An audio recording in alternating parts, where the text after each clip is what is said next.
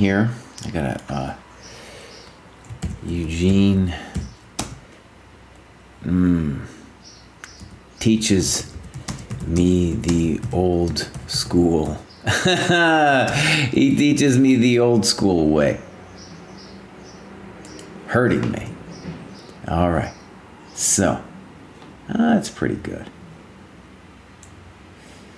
So, I think that's okay. Let's turn this on. I'm just going to hang out a little bit while we're waiting for Eugene. We got this idea today. You know, he was watching my Chessable stuff. And maybe I'll just give an update on that. Chess.com people, they've created like a chat. I don't know what they're doing. They promise they're getting back to me on the Chessable question. I don't know what they're gonna say. I was really enjoying the Chessable stuff. Hopefully that's something we'll be able to do. You know, that's all I can say about it right now. Breams, hello buddy. And that's all I got. That's all I got. Let me close this door.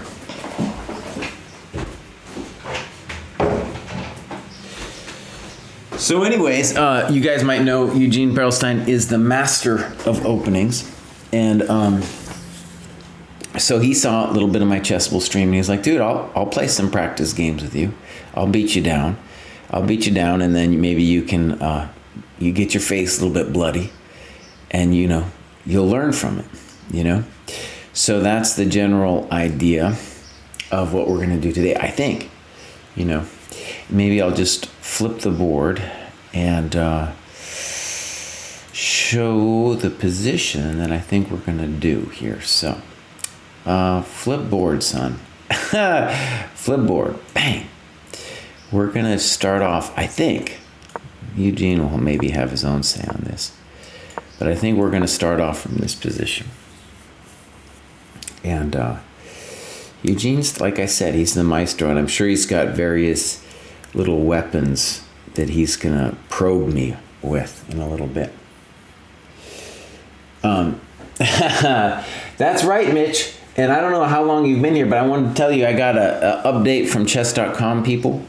And they said they're looking into it. It's taken a couple days and it's kind of frustrating and they're a little bit ghosting me, but they are, you know, at least officially, they are looking into the matter, you know.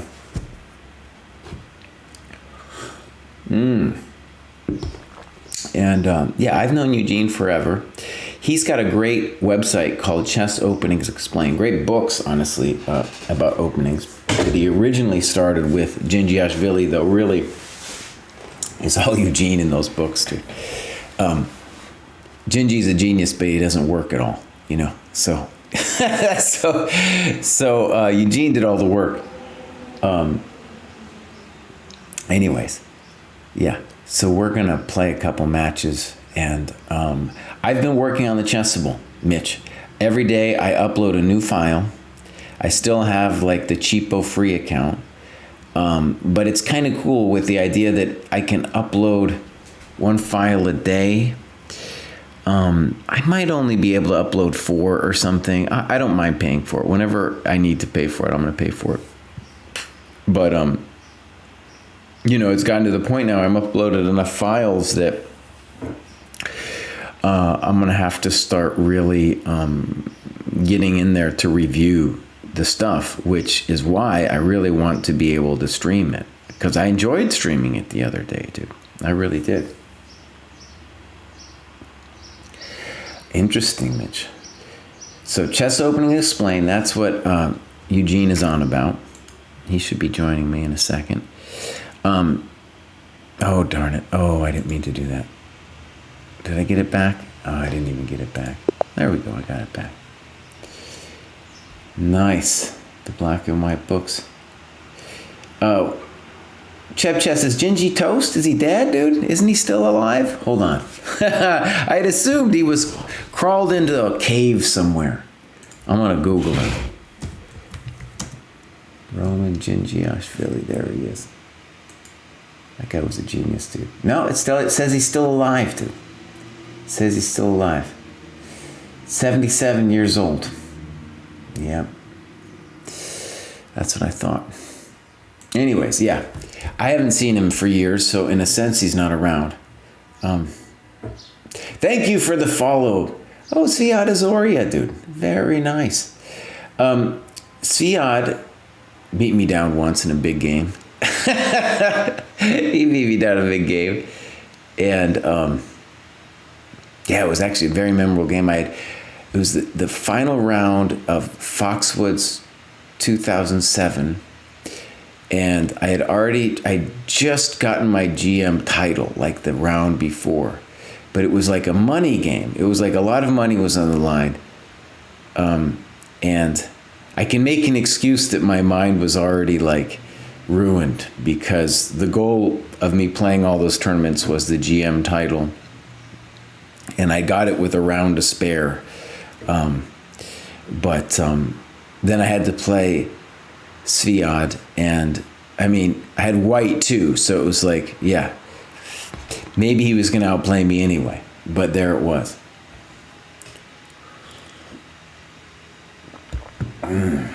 All right, we got some notifications. Nope, Eugene is joining now, and no problem, Eugene. A little late, it's fine, dude. Fine. I had some life problems. We were originally going to start off at 9:30, and so I was the one who had to originally push it back.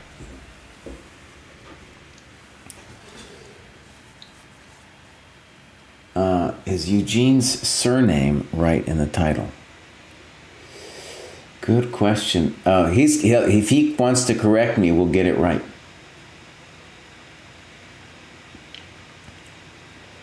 Do you need me to tell Kosia that Falk 312 redeemed the coaching, or will you? Well, no, you should do it, because I don't even know really what that means. Really. That's right. Sviad Azoria is in the chat. Cool. Yeah, I don't know, Mitch. I don't know. Do I spell Eugene's name wrong all the time? I do. So, DM Hokie, if you're in the chat, dude, we need to take an E off of Eugene's name. I did it. That was my mistake. I'm pretty sure I told you to do it that way. Eugene, how you doing, buddy? Hey, Jesse. Can you hear me okay? Oh, I gotta take off this here. Yeah, dude, I was just hanging out with the chat. I was singing your praises, you know?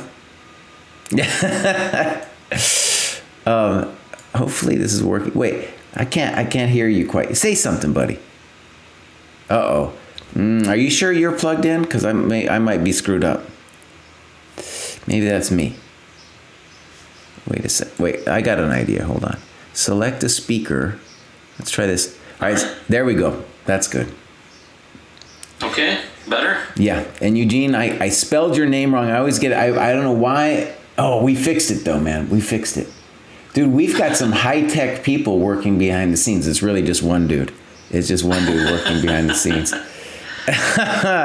It's pretty amazing, man. And we got... What's new, guys? Well, I'll tell you what's new. We got Sviad Azoria in the chat, dude. He's hanging out. Shout out to Sviad. We go way back. Oh, you go way back with him too, man? Nice. Yep. Okay. We go way back to Nakhichevan, Azerbaijan. Uh-huh. I think it's like World Junior Championship 2000. I forgot what was the year, like early 2000s. Uh-huh. Yeah, so that was a fun tournament. Now, the funny thing is, we had me and Dmitry Schneider, the delegation from the U.S., and Nakhichevan, like, borders Iran. And so it was like we had to have a bodyguard with us, and we couldn't leave the hotel. Wow. And we had this big guy next to us. We called him Shaq, because he looked like Shaquille O'Neal from the NBA. Uh-huh. He would always, like, accompany us everywhere. Nice. Hey, Mitch? Dude. Yeah. Yeah, 2003 is the understand. Yeah, that sounds about right. Wow, cool, man.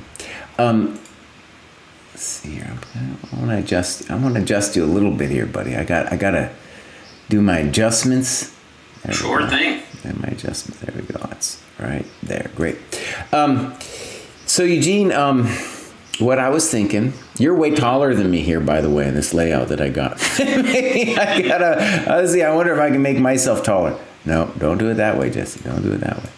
Yeah, there we go. Or I'll make myself taller. Just so I don't have to be quite as small as you, but no, I can't make myself. I'm going to be small, you're going to be tall. That's going to be the fine. nature. I'll look down on you. You're going to look down on me. That's right, man. They're going to look down on me. It's really funny.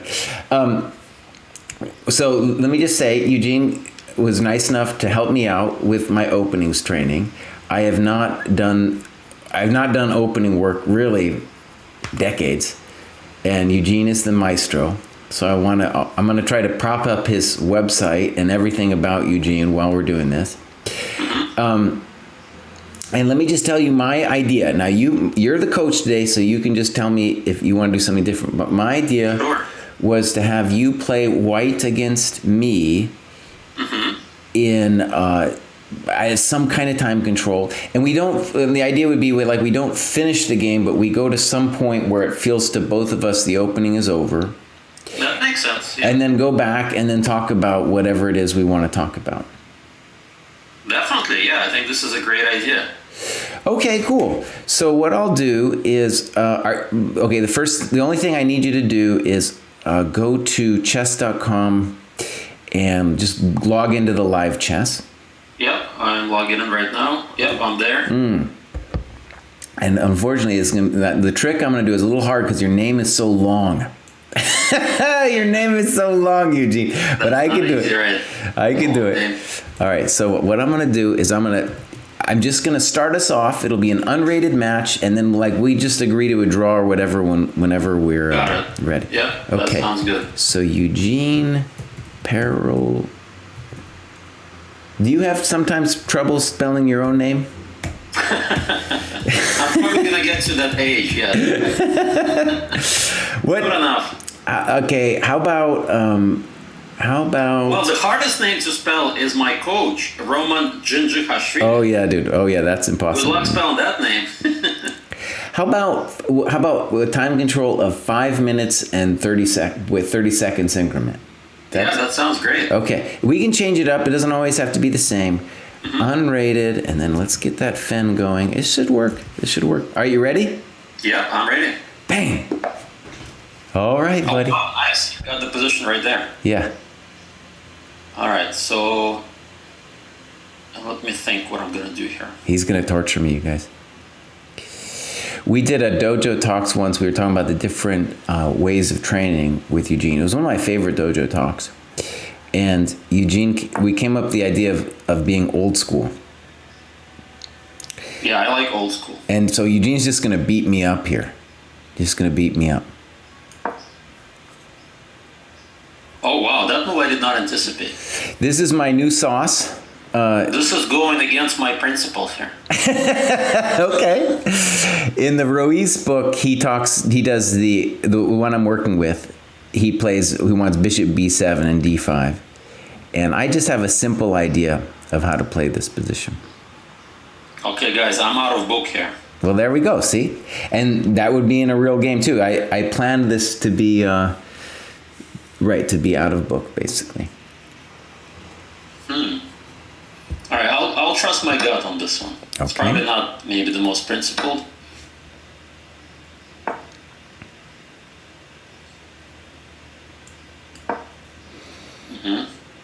Yeah, now there are several interesting setups here. Okay, good. Let me think which one I'm going to choose. I'm probably going to choose the... Hold on, let me think. The least popular or the most popular? I'll go with this setup. Yeah, let's call that... I would call that the most popular. Yeah, I don't even know the name of this setup, actually. It's played so often, but it doesn't really have a person name to it. All right, so here's my special idea. It's not that special. Yeah, that's actually quite logical, and I think it's not a bad idea. So I'll just say it doesn't come up in the database too much, but there's a number of similar positions where my sensei Smyslov played a similar notion. So that's what I'm aiming for here. Good or bad, that's the idea. Yeah, because you're kind of messing up my plans a bit with that move. I don't want you to execute your plans, buddy. I don't want any part of your special plans. All right, well, the hand plays this move, so I'm going to trust the hand.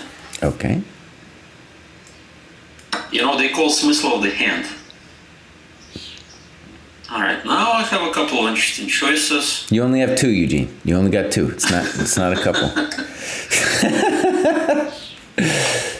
This is a difficult choice here. Mm-hmm. But I'll go with, probably you're going to face this one the most often, so I'll do this. Because I don't want to ruin my structure that much, but it also gives you a pretty simple, that I anticipated that. Quite simple plan for you.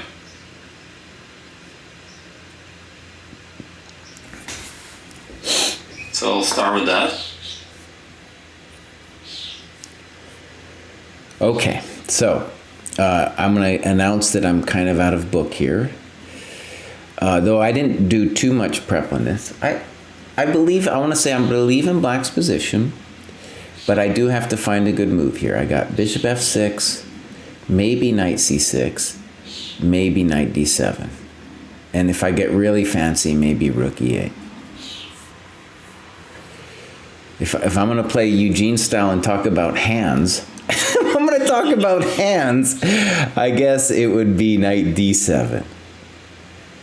I don't really see anything wrong with Bishop F6 yet.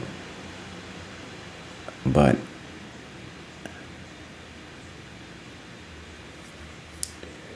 okay, the hand. We're going to play Eugene. We're going to trust Eugene's hand. Yeah, I kind of semi-expected that move.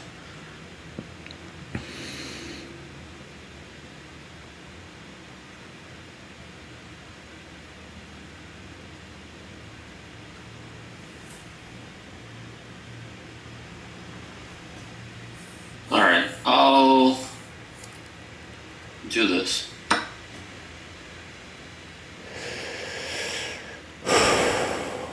Okay, so I got a choice. I got choices here. I want to say my hand wants BC, my logical mind wants Knight C5, and the phantasmal list in my mind wants Rook C8. Yeah, that's how I would describe your mind.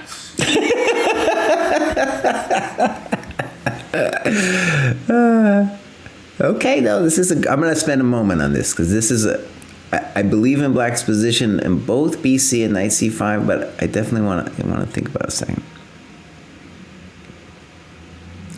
So I'll just think out loud for the benefit of the chat. The BC feels like kind of in general what I want out of these positions, but Knight C5 is more with the notion of messing with Eugene's queen with a Rook C8 later or an Knight E4 later.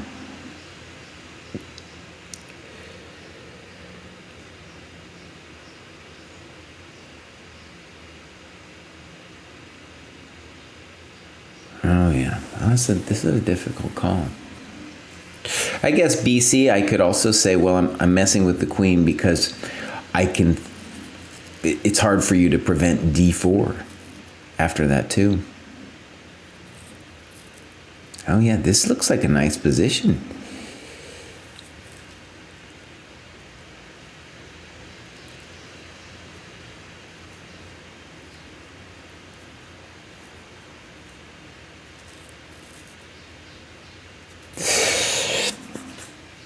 All right, Eugene, I'm going with BC, buddy.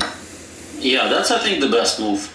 I feel like the hanging pawns is the best you can get here. Otherwise, IQP is a little unpleasant.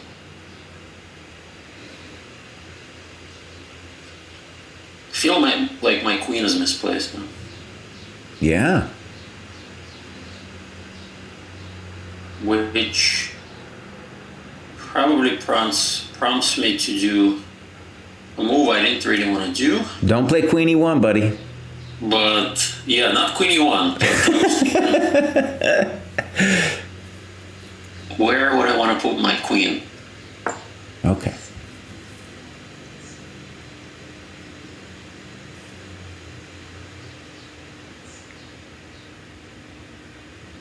Okay. No, that's probably correct. So one thing that I have to be concerned about is a natural move like queen b6 would run into, I don't know if it's big grief, but I have to worry about knight g5 anyway. And d4 also runs into knight g5. Also maybe not with a lost position or anything, but definitely something I'm not thrilled about. Okay, queen c2 was a good move. So rook e8 is, of course, always a thought.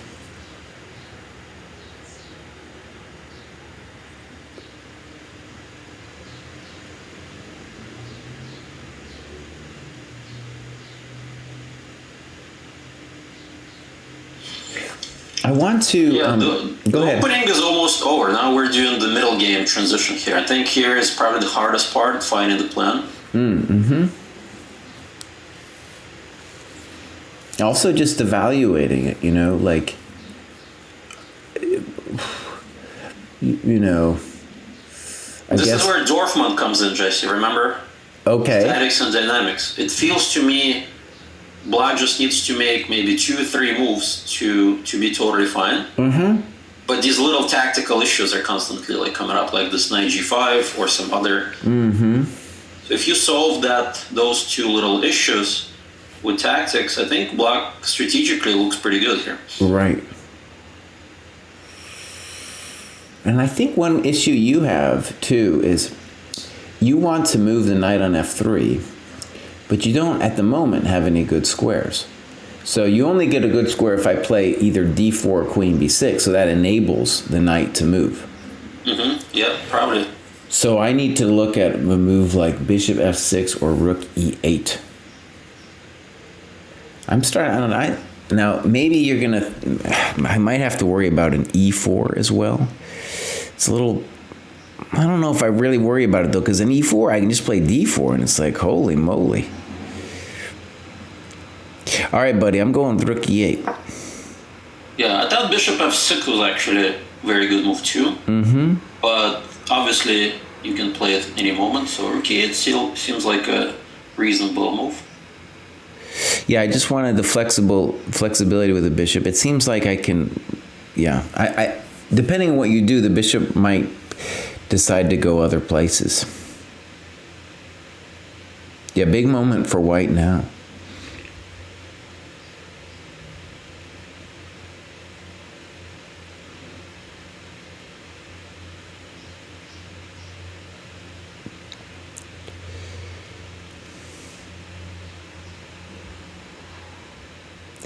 One hilarious thing that a story I'm gonna tell is, now that I did my 2700 quest and I'm at 2708, I just feel like a beast next to Eugene with this sloppy 2500 rating. Keep in mind, the only way I got to 2500 is I think I played a match against Kostya, and I got lucky that I saved a lot of lost positions and I actually got my rating higher. I think it was even lower than that. Really? Wow. Oh yeah, okay. Because during the stream I play a lot of rated games against total beginners. Occasionally, out of 20 games, I may lose one. Right. And since I don't gain any rating points, usually my rating just keeps slowly going down.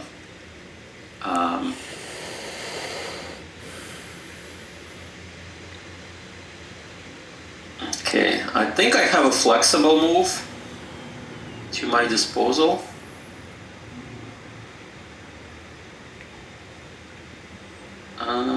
Do I want to play a flexible move?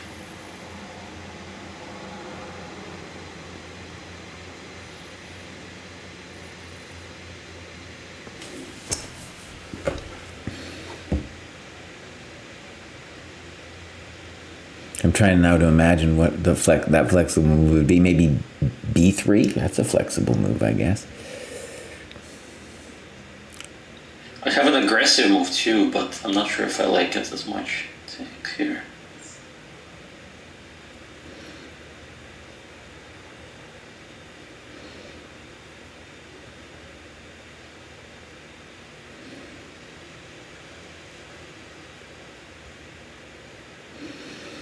Yeah, the aggressive move I'm thinking of is about b4. Mm-hmm.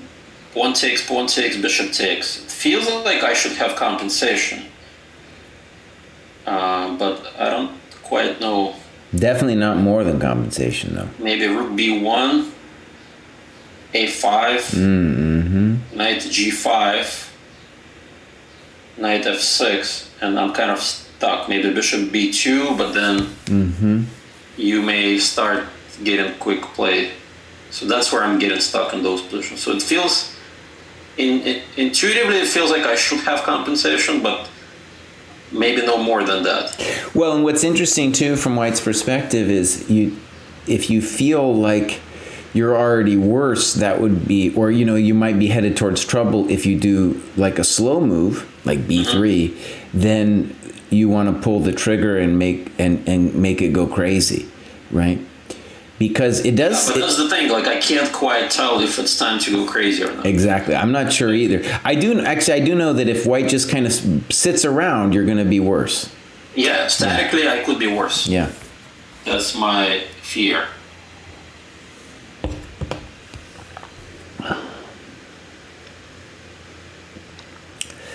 Oh, Eugene, I'll tell you, man. Coffee in the morning, it's nice.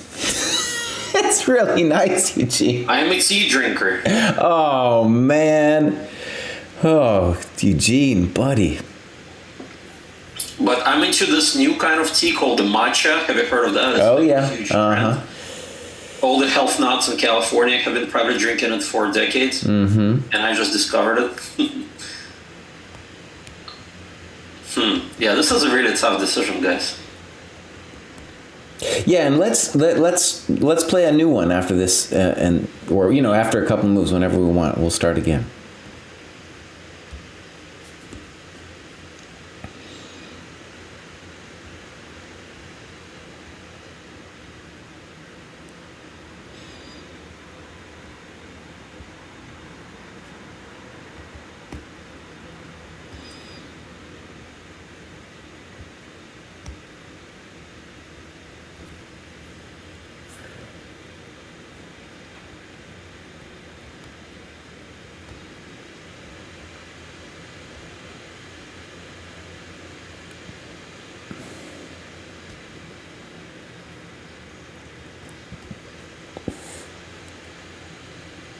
Alright, I'm afraid to pull the trigger. I'll just play something solid.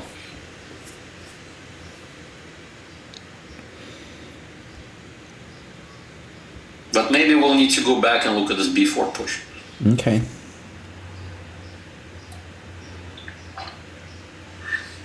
Well, this seems like it. Maybe you're tricking me, because to me now this seems obvious. That's why I didn't want to play the rook b1 move. Right. I was afraid of this.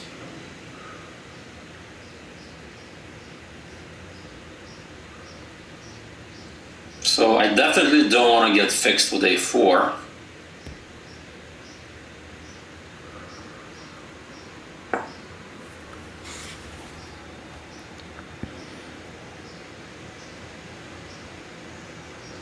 Oh, I'm starting to really like black now, dude.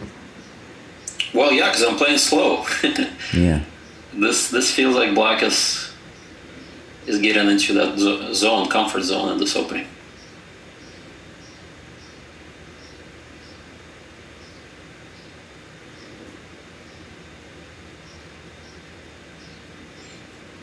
All right, this one feels right.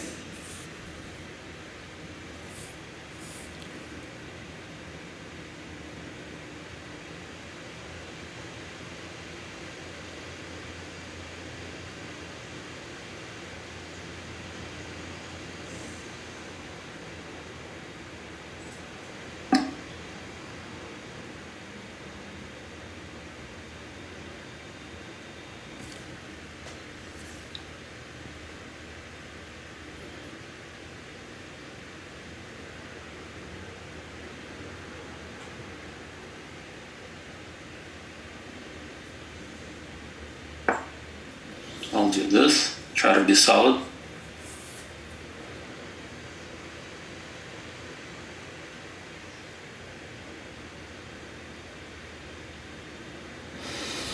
Well, my friends, now the thing Eugene is tempting me with now is, does d4 create a heartache for him? Yeah, slightly worried about that one. But it might not work because you still have knight g5 after d4. Yeah, I did not calculate that out. It may work or it may not work. It's one of those things.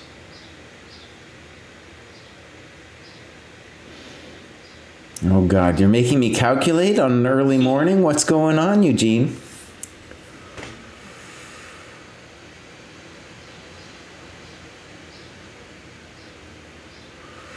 All right, I'm going to calculate out loud here. So, d4, it seems like knight g5 is really the only move for him, because otherwise I'm just getting everything. Bishop e4 is such a monster.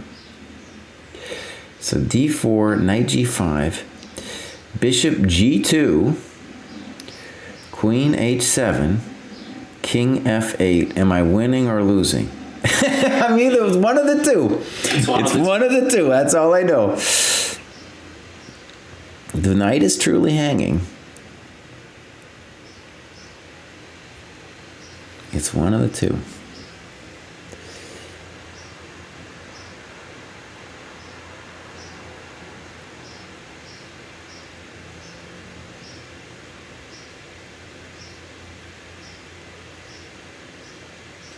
At least I'm playing in the style of Aronian. He likes to complicate things. Yeah.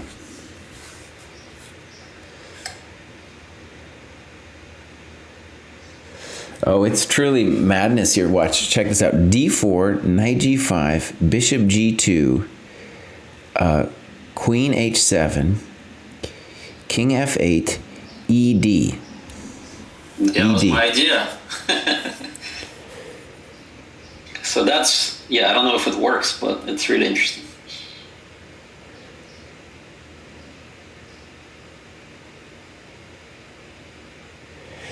And if I do something like g6, I guess you can think about then. Well, you got mate on f7 too. No, I mean if I play g6 now. Oh, I'm still thinking about that line. Yeah, g6 now is solid, yeah. I don't know, though. You're going to play some maybe knight e1, and it's not immediately obvious. That's true. Yeah, maybe I can regroup. My knight on f3 is kind of misplaced. One thing now, though, actually, is I could also play queen b6, because now knight g5, I just take it. Mm-hmm. Yeah, that's the safe move. Yeah, I agree. Okay, Cry. I'm going to give myself a little bit of time to calculate.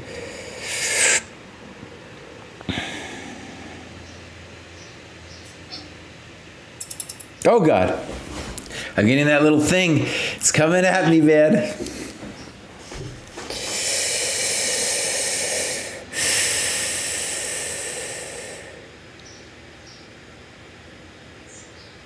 Yeah, do you pull the trigger? This is like one of those situations. You have a great position.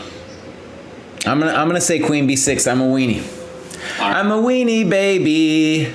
So why don't you kill me? All right, so here. I don't know, Cry is. Well, okay. No, I feel like in my rationale was that I believe, I might be proved wrong here, but I believed that I was better in this position. And so I was like, the other one I might just be lost, dude. You know.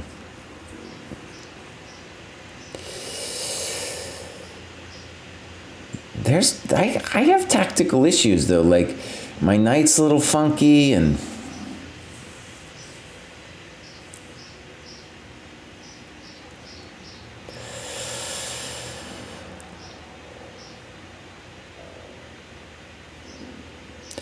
I'm a loser, baby, so why don't you kill me?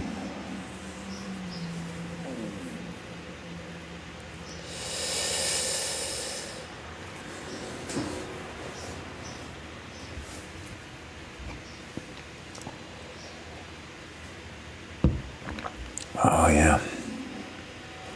Yeah, bishop b2 may run into d4, so I'll just go back. Well, my hope was that that would also run into d4. I don't know what else I'm going to do, honestly.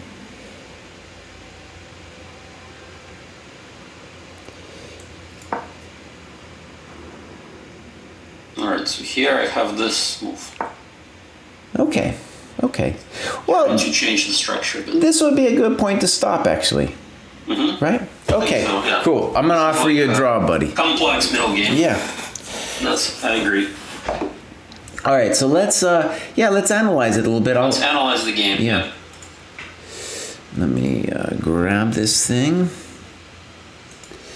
and I'll go. I'm going to invite you to an analysis board. Yeah, perfect. Actually, let me do it over here. Analysis board. There you are. And I'll load this thing up. That was instructive. I think, playing the early middle game too, you could tell like the opening choices weren't that super hard, but then the calculation is once you get those hanging pawns, it's going to be crazy, right? Yeah, all of this is well known. Yeah, this knight e4 definitely is an interesting, because you don't want to play something like knight b7 too slow. And you know, bishop f4, rook c1, and just my typical plan. The hilarious thing was too, I was looking at that Ruiz book, and it's like 100 pages, dude, on the Perelsteyn, and I'm like, maybe I just play it like Smyslov did, And I checked it with the engine. The engine said it's fine, So b takes is the other option. Yeah, I was considering b takes just to not worry about c5 ever. Maybe objectively this is a better try. The nice thing for me is I enjoy these positions because I'm going to get the knight on a5, and I think black's just fine. What's my plan? I guess I want to start with that move. Maybe knight g5. Okay. You know who is really good at these positions as white? Alpha 0. What it does, it just kind of builds up the attack on the king side. And just crushes through every time. I think I watched some of its games against Stockfish, and it was just remarkable. This h4 move in every position was just like crushing. The queen c2 is much better placed than on c3 here. Okay. I don't know exactly what to do here, but knight a5 is fine. It seems rook e8 might be a thought. Yeah, it'd be an interesting game. Sure, this could be. This is a different story. Yeah. But queen c3 I think is more human. Just try to play against IQP or hanging pawns. Rook d1 is logical. Although rook d1 does enable one option for you to play c4 at some point, you probably don't need that move because it's easier for me to execute e4 plan without knight on f6. Yeah, I didn't really consider c4. I don't really think it would be great for me because you could do like knight e5 then and stuff. And right, I think timing is not right here with c4. Yeah, so I think knight d7 is logical. Maybe if you do something else, maybe now I could play c4, Yeah, so I thought if you play rook c8, I have c6, maybe. Yeah. As an option. Okay, let's briefly look at knight c5. Yeah, knight c5 is definitely a playable move because of b3 weakness. My queen is also misplaced here, and rook c8 and bishop f6 are coming. Plus knight e4 is an option. So white just needs to find a way to regroup. Maybe I want to meet bishop f6 with some bishop f4, bishop e5 plan. So I gotta move that bishop e3 or bishop f4. I'm not sure. Okay. Let's pick the square. Which one do you think is the better move? Knight c5 or b takes? Oh, b takes for sure. You want to keep the flexibility. Okay. I'll tell you what. Should I turn on the little cheapchess.com computer and ask him? No. If you want me to turn on the real computer, I can ask Leela. Oh, okay. By the way, like, you guys, oh my God. Let me tell you a story. Eugene is like doing hectic computer prep for like serious 2,700 people. Yeah, and he is serious, guys. Buying time on fancy computers to run both Leela and Stockfish, right? Yeah, Stockfish Cloud and Leela as well, exactly. Dang. So we could turn on one of those computers in this position, man. I'll tell you what. Let's do our own human thoughts here. Yep. And then we'll go check it. So snip. So the reason why I think this is a better move is because statically, you're actually not as worse, maybe even better, compared to knight c5. Because knight c5, you're now relying on tactics, right? With a terrible pawn on d5. Well, I don't know if I'm really relying on tactics. I'm just relying on the fact it's very simple in a way. At some point I'm gonna land the knight on e4, and I'm just gonna say I'm fine. Yeah, but then think about Karpov style. I'm gonna play knight e4, queen e1, put my bishop on d4, and then slowly torture you. But I got to jump. I got the jump. I know, as I've seen a lot of these positions, and I got the jump on the c file, and I got bishop f6 in the wings. Yeah, no, you're definitely probably not worse, but I think BC gives you some. It's definitely more spicy. Definitely spicy. Yeah. So that's why I played queen c2 to not allow any d4, bishop f6. I thought that was a good move. Yeah, probably your best move. Yeah, rookie. Maybe bishop f6 feels a little bit more accurate to me. Okay. Because you're limiting my b4 option, and you can still play rook e8 next move. I don't know. What do you think? Maybe So, what about? But then rook e8 had this d4 and bishop e4 plan, so maybe it's actually not so bad too.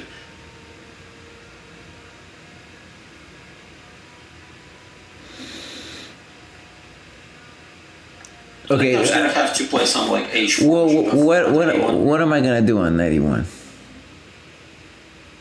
Knight e1. So just knight d3, knight f4. Well, first of all, there's a threat, right? Right. Yeah, maybe you're right. This is not super simple.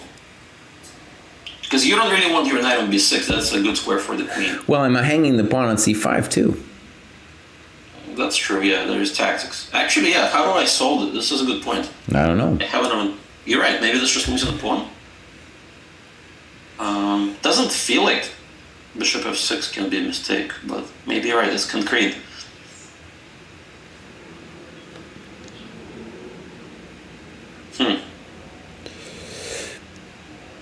I was pretty happy with rook e8. Yeah, it's what I want. It's like the piece that knows where it wants to go, right? Because knight e1. If I play it here, now you have the knight f6 option, which you don't have. That's a good point. The computer might like rook c8. We could see later, but maybe rook c8 is also fine. I don't know. It's not. Rook c8 gives me more. I don't like my next move at all, honestly. I feel like this turned into a very uncomfortable position quickly. So let me look at this b4 move. Okay. So you probably will take. Yeah. I think I'll take.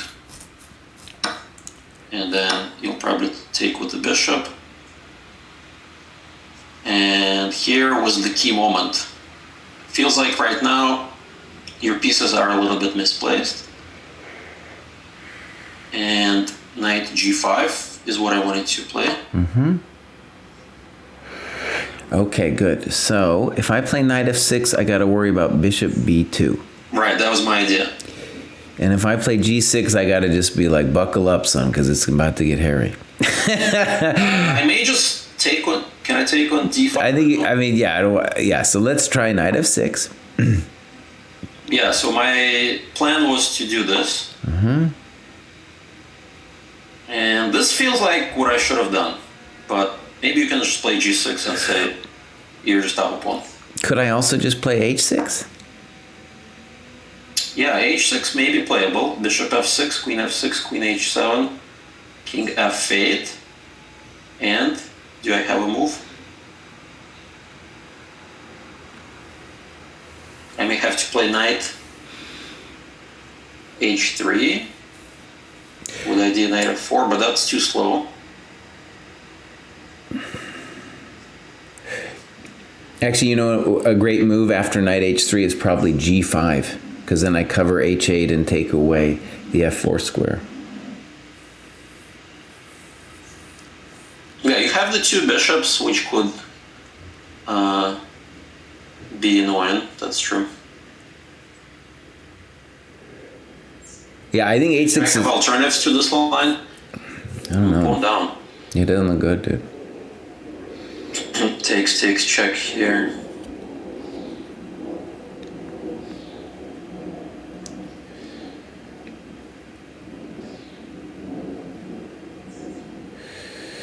Sombrero's asking... Some intermezzo, queen b1, a5. I'm not getting that. Maybe. All right, let's try this. Okay.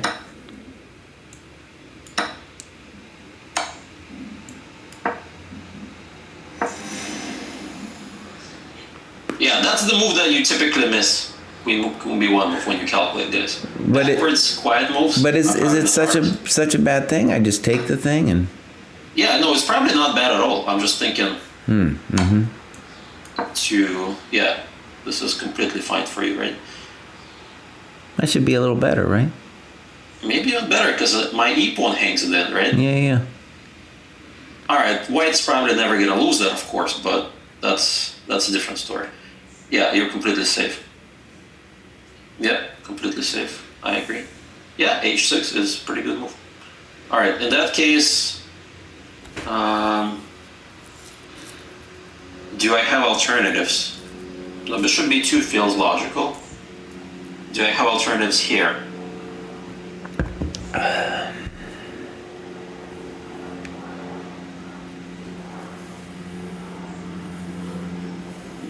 Hard to imagine a different move than bishop takes f6, right?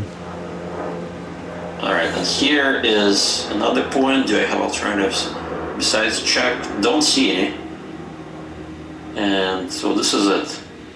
Do I have anything here? All right, so probably I have to move my knight somewhere. Okay, but then square. But right, I mean, isn't this a beauty? Look at that move. What a beautiful move, right? Well, it feels like if I can get some kind of like rook f1, f4, but yeah, that's a long shot. Yeah, you're right. Yeah. I'm just playing down a knight at the moment. And I can play f4 right away. All right, that feels a little bit... Yeah, I don't know, buddy. You maybe? Yeah, I don't know. And my king gets a little exposed everywhere, but... No, you don't want that. Like, for example, f4, rook e2, fg, rook takes g2, king takes d4, check. Yeah, that's terrible, dude. Also, f4, g4, knight f2, bishop c5. That no one wants that. Yeah, that also is a little annoying.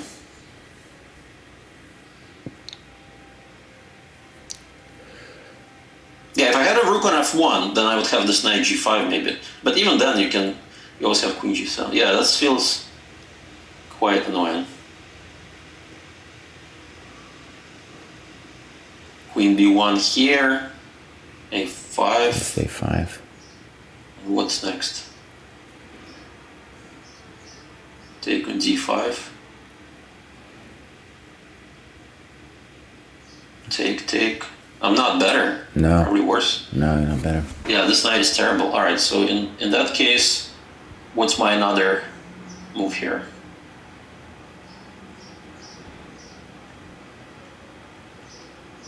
Queen b1. Queen b1 feels like the only move on the position. Yeah. Unless we're missing something tactical. And then you just take... Yep, you're totally fine, right? A little bit better. To me, I don't know. I don't know why he's saying a little bit. I got more guys. I had full pawn, man. I had full pawn. Okay, well, let's see what happened, because maybe I misplayed this part of it. Okay, a5 seems hard to imagine that's wrong. Yeah, so now a4 is what I'm kind of... Yeah. But maybe I'm not afraid of that. Maybe I should play knight e1. You know what? Maybe the computer might want a4 from me here. Oh, yeah, it's thematic. That's true. You don't need that, but it is thematic. Mm-hmm. Dang. I don't want to be worried about b4, though. You allow me b4, my main idea. But okay. It's true. You're going to have to play b4, right? So it gets hairy. Gets a little hairy, but I got you're talking about Harry the H-pawn. I got Alpha the A-pawn. Alfred. Alpha the A-pawn, man. He's a bad dude. He is definitely a bad dude. Yeah. And but I'm not sure if you want to answer these complications, given that you already have a nice position to put on a5. I got to say, I just didn't appreciate. I didn't even think about a4, so it's actually just a nice thing to analyze now, because at the very least, it's a very potent idea. Very potent idea. Can I play more thematically here? Knight e1, so right here. Uh-huh.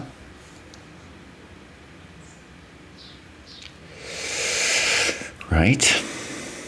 Because that's my plan. Like, why am I wasting all these moves? I don't understand. Right? Even the move rook b1 feels... Like, I should have played knight e1 even before rook b1, right? Like, what's my rook doing on b1? So, let's go back a couple moves. Okay. Like, this feels like the thematic move in this position. Okay, yeah. Keeping b4 is an option, right? Transferring the knight to d3, f4. Putting pressure on the d pawn. Oh, of course, yeah, I should... I don't know why I played this stupid move from b1, b3. Wasted 2 tempi in a static position where it works. Man, you got some fancy vocabulary talking about statics and all that stuff. Well, I gotta use my Dorfman.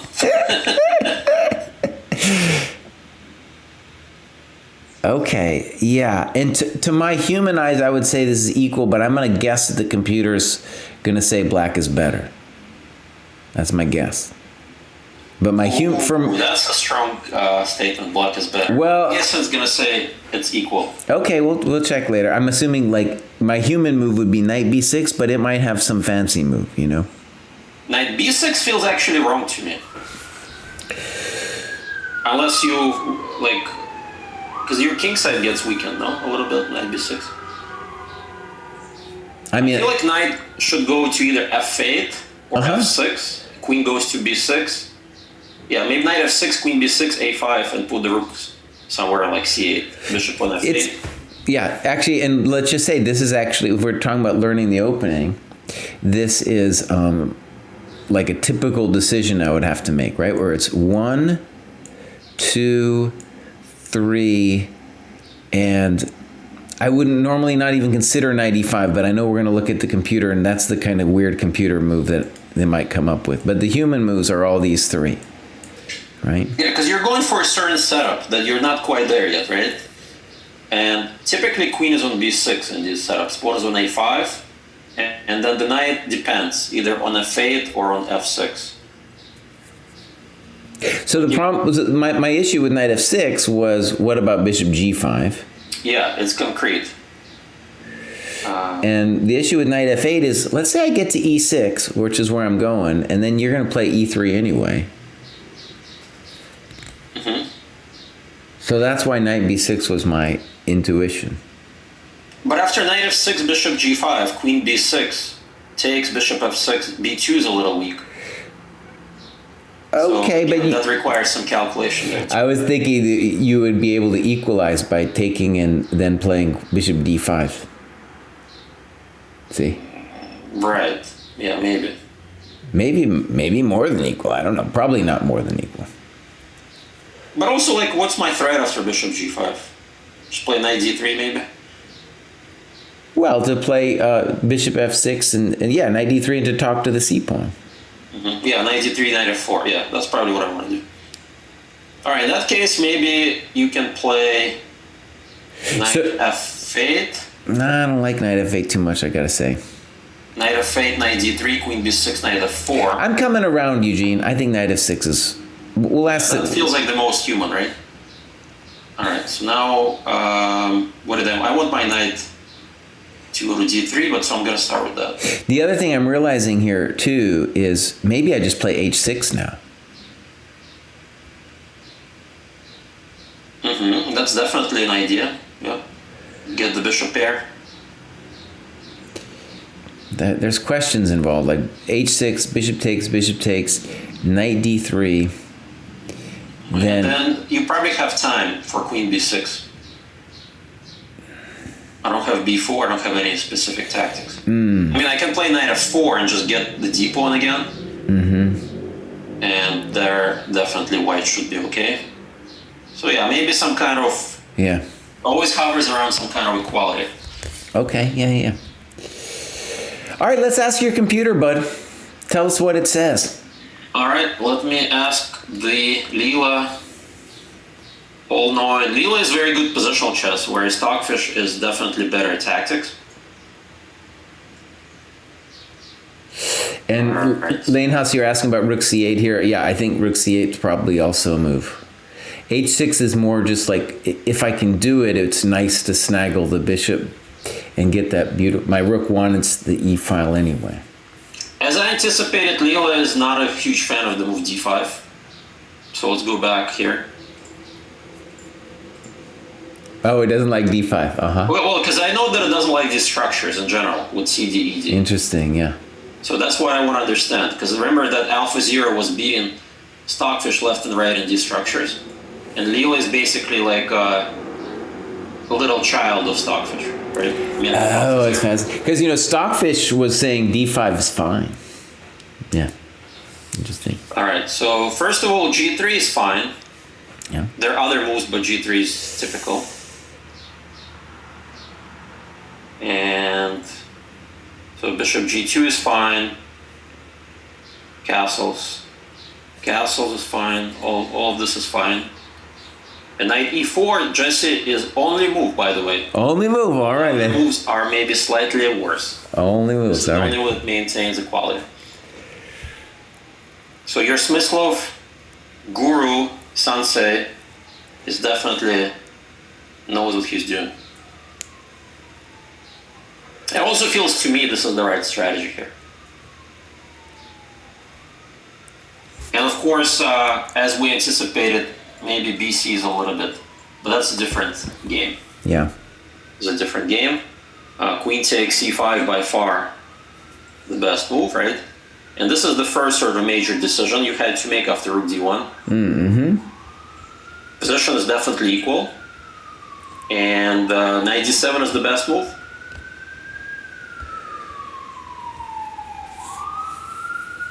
So I think you are playing really well here.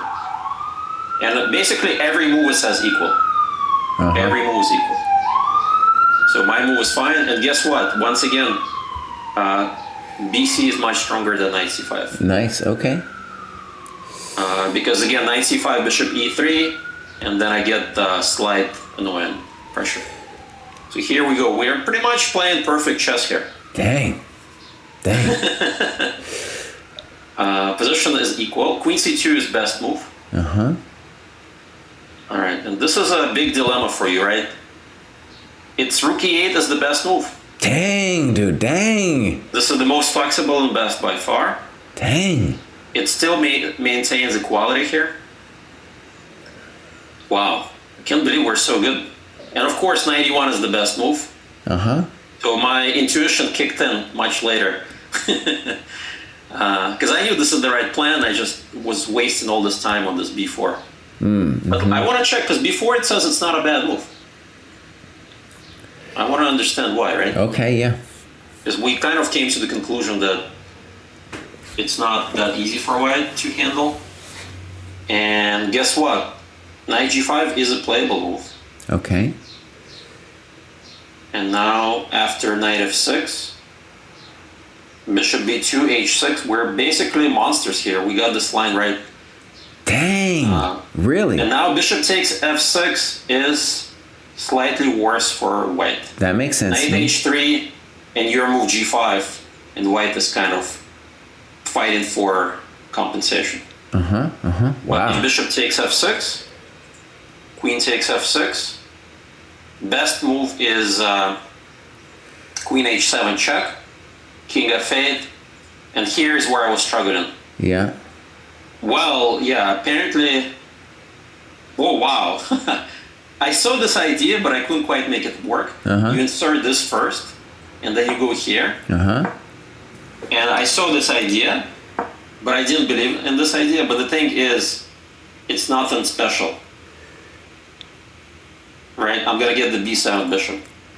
Wow, dude. Dang. Because, right, you have to play G6. Or G5 too, right? Right, but it's easier just to go into this position. Wow. And now, obviously, it's enough. It's enough for a draw, but white doesn't want to enter any of this. No. Wow. So that means you're all 100% correct.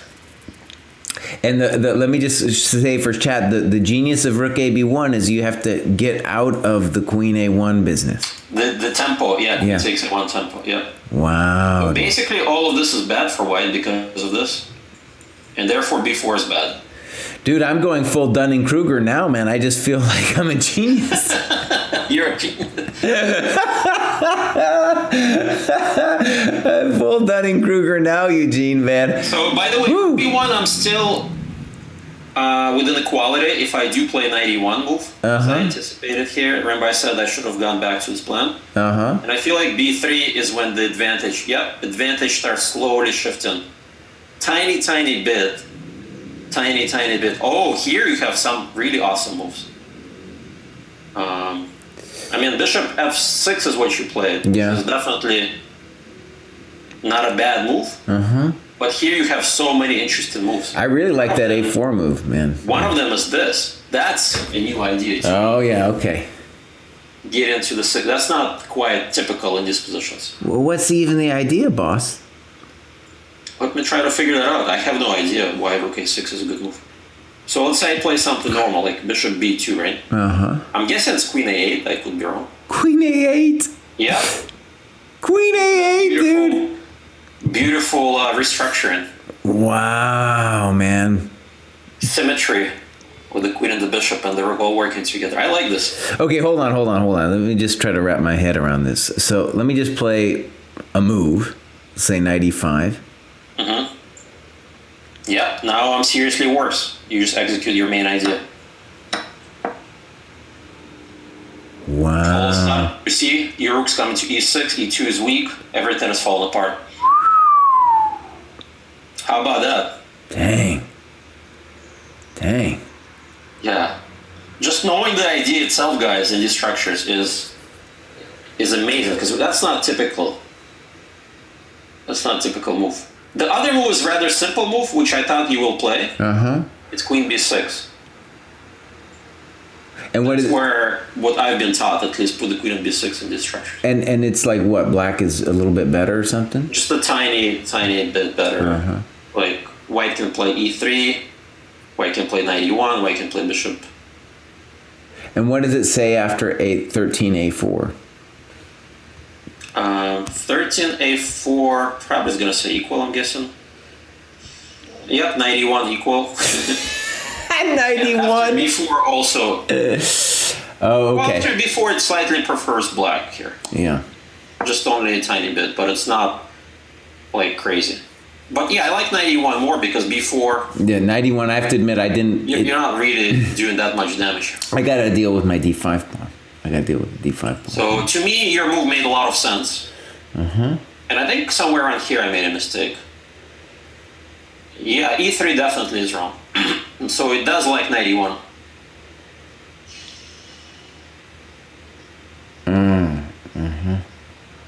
Knight e1 and we'll just play chess. It's within equality. White is not worse. Right. As a matter of fact, black would be worse if you're not careful. No, I'm yeah, bishop. Like knight f8 is a big mistake. After knight d3, you got some problems. You know what, Eugene? I think what's cool about thinking about using this game is like I'm doing all this. I'm gonna try to do all this chessable stuff, and the chessable stuff is cool. But like, you know, chessable, you're not really getting into the heart of the position, right? Well, what I mean, right, is you get these early middle game positions, right? And like, let's say I'm playing some strong GM here, and I've done well. I would have done well to get to this position in the first place, and then I gotta find like a really top-notch move. And Bishop F6 is kind of like, let's call it a middling move. Like I've played. I mean, I love to think about the Dunning-Kruger because now I think I'm a genius because I played the right moves. But here's where it actually gets difficult. And Rook A6, that didn't even cross my radar, dude. Oh, I would never have guessed. If you give me like 5 guesses here, I would never have guessed Rook A6, Queen A8. Queen B6, sure. That's of course that's on my radar. But I would play Queen B6 in the real game. Yeah, I think the more I look at it too, I was so obsessed with the idea of playing d4 that I'm prematurely abandoning my pawn on c5. And also my development, my queen needs to move, boss. Yeah, your queen needs to move. Your queen is misplaced. That's why it's actually better placed on a8, where it supports the d4 push. Right. Yeah, Rook a6, Queen a8. So here I played sort of a typical move that when you don't know what to do, you play e3. But d4 was your... interesting try. And actually, let me think. Look at that. It says, guess what it says? It says white's better. White's better. Yeah. My intuition was right, but let me try to figure out why. So I think it was that ED. Because of ED, right? ED. That was I couldn't figure out after my ED. My intuition was right. Yep, ED, white's better. All right, I'm glad I didn't do it then, man. Almost tricked you. Almost tricked you. You didn't fall for the trick. I almost tricked myself, yeah. But of course, I had no clue that white is better. I just felt like it's a little uncomfortable for black. Well, the nice thing for you is you could choose to suffer some other position where you're worse if you don't have knight g5, right? Exactly. Yeah. Okay, so queen b6 is best. And here I sort of played a bad move knight. Okay, I didn't know what to do. Apparently, I should just kind of go all out with b4. Right, because so now it's saying you got to pull the trigger. I got to pull the trigger, otherwise I'm just statically getting outplayed here. Yeah. And of course, knight e1, I'm just worse. And is d4 correct, huh? Okay. I think it's the best. Yeah. Oh, it's the only move. Wow. Nice. Dunning-Kruger right here, my friends. Only move. like standard move is queen e6, for example, here, right, guys? Or some queen. This is worse for you. Knight d3, queen 8. Oh, it plays queen 8. No, it makes no sense. Yeah, this is just worse after knight d3. Wow, amazing. Statically, you're actually worse after knight d3, knight f4. So d4 is what you got to change the structure quickly. And e4 is a serious mistake, very serious mistake. Apparently, this structure is just bad. Oh, because of queen e6. So my pawn is too weak. Oh yeah. That's it. Then you're in trouble. You got to play something nasty like f3. F3, but now look at that. This is very thematic. Boom. There we go. That was the dream. That was the dream earlier too. The dream push, and now you're gonna start killing me here. I don't have time to stabilize. Yeah, I'm just lost. I have to play bishop f1.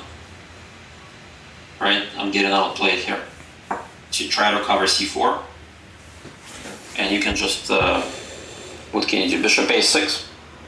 Bishop a6, yeah. Standard reaction to not, you just don't have time to do the blockade. Dang. And after bishop a6, I'm pretty much statically, well, positionally I'm probably busted too, yeah. You're gonna take on b3 intermezzo. And 95's coming someday, man, yeah. Yeah, no, this is just, I hate this position. So this is basically the turning point where I didn't know how to simplify it. I tried to complicate with e4, but in reality, I just got bad. That was interesting too. I should just take and just suffer. Take and suffer, yeah. Yeah, take and suffer. So you would probably take back with what? The bishop, I guess. I mean, that's. I think about it, but the bishop is the natural one. Pawn is also nice. Pawn is also nice, yeah. It's probably you would probably insert this, it says. Yeah, okay. I mean, I don't know, my knight on g2 is not so good knight. Maybe I want to take with the king. Actually, no, that's cool, actually, because look, now you have to give me information. Yeah, now I want my knight to come to d3 if you take with a pawn. Right. But it's still not ideal from IQP situation because the pawn is a little bit further ahead. Well, and I got queen b7. I got queen b7 check if you play knight d3, buddy. Yeah, that's why I think I gotta play queen f5 or something. Oh yeah, this is nasty. Oh, I need this and this to cover from all these threats. I got some knight jumps. I got knight e5 here and stuff, man. Yeah, so I'm worse. So basically, this is the turning point of the game. That after d4, which is the only move, guys. Only move, but it's good enough, and black is better. Good enough, man. That's genius. That's genius, buddy.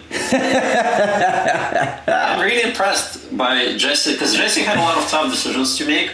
My moves are relatively easy, right? But this is a turning point. Yeah. All right, buddy. You want to go to do another one, or you got to get? Let's do maybe a couple minutes break. Okay, couple minutes break. Well, yeah, sounds good to me too. I need a break. We'll be right back. Break, and then I'll be back. All right. I'll be back in a couple minutes. Okay.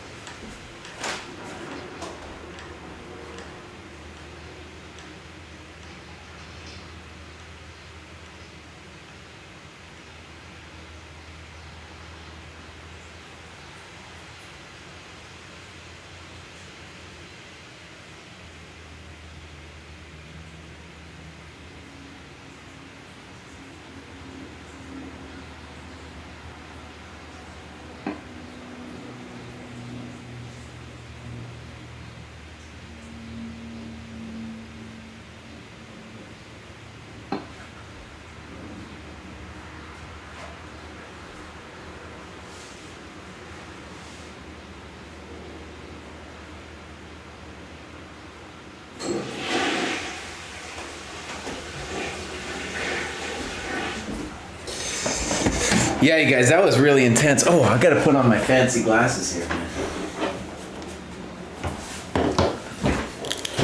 man.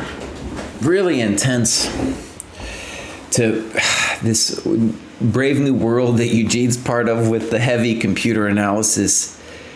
I don't want to do it. I don't want to do heavy computer analysis. I'm just not interested, man. I'm just not interested. But it's interesting too, like the differences between the computers, and if you do it long enough, you get a sense, like Eugene does, of which computers like which move.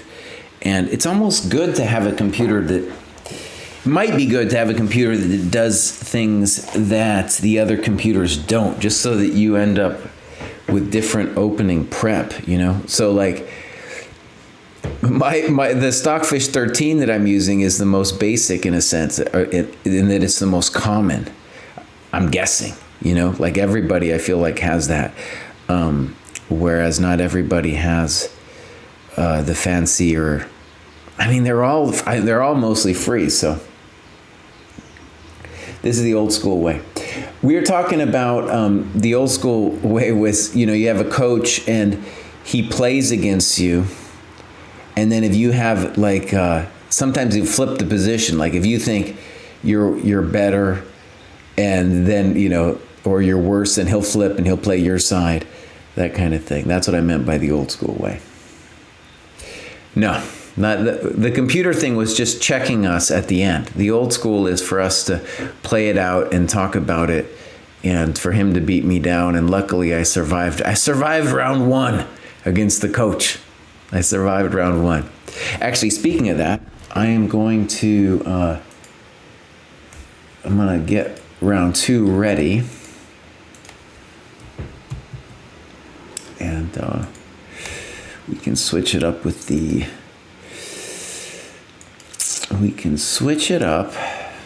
time if he wants to change the time, but ultimately the time seemed fine. So, God, his name's hard to spell. Eugene, good thing I have it right there. Perelsteyn, with no E at the end. I've done that mistake many times. And then we're going to say 5:30 Unrated. I don't want him to steal my rating points. I'm done. I'm done, man. I'm 2708 for life now. All right, so I got it lined up. I'm not going to play a game against Leela Chess. No way. No way. What a beautiful afternoon, my friends. What a beautiful afternoon it's going to. It's not even afternoon yet. But it's going to be a beautiful afternoon. Yeah, we got to ask Eugene if he's got any tournaments coming up, man, too. He went all the way to the other side of the house to go potty because he doesn't want Mr. Charlie Silva listening in on his prostate. Charlie Silva probably heard me just then. I feel like it's not possible for other human ears to hear me when I go to that bathroom, but Charlie Silva, man, he'll listen. He knows.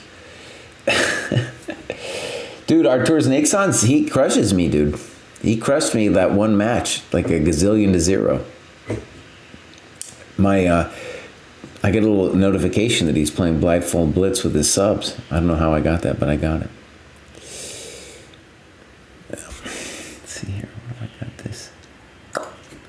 Make sure this is all set.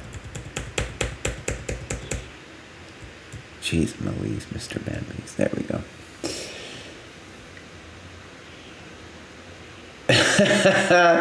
I'll play some more after. I'm just taking a break. The same thing with the Puzzle Rush, man. It became a real addiction, and I just told myself, once you achieve the goal, you're going to stop. Doesn't mean I'll never do Puzzle Rush again, but I just had to stop, man. You know, I just need to take a break. And then the new addiction, I really want, especially for the next. I'm back. Yeah. I was just telling them in the next couple weeks, I don't want to play Blitz. I don't want to do Puzzle Rush. I want to do opening work. That's what we got. All right, you ready, buddy? We can keep talking, too, while we're playing. You ready? Yeah, so what's the plan? Are we going to do same opening? I'm just going to set you from the same position that we started with last time, and you can hit me with whatever you want. So, can I try this B take C plan? If you like. Whatever you like. Whatever you feel has the most poison. Yeah, I want to try that plan. Let's try that. All right, let's go. Here we go. Boom. All right, guys, so here we go. All right, so here's my weird D5 move.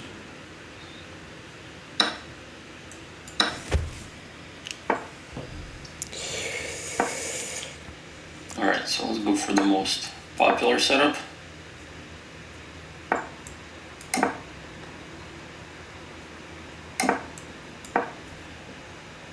This. And to change it up, I'm going to do this plan. All right, so your plan is knight a5, trying to get to the c4. So I need quick counterplay on the other side of the board, so the natural move is this. Okay, good.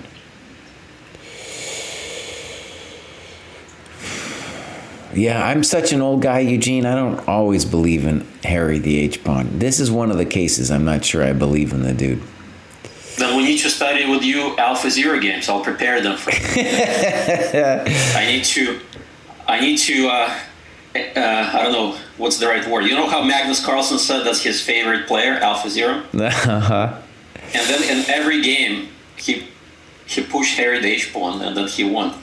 So something he definitely learned.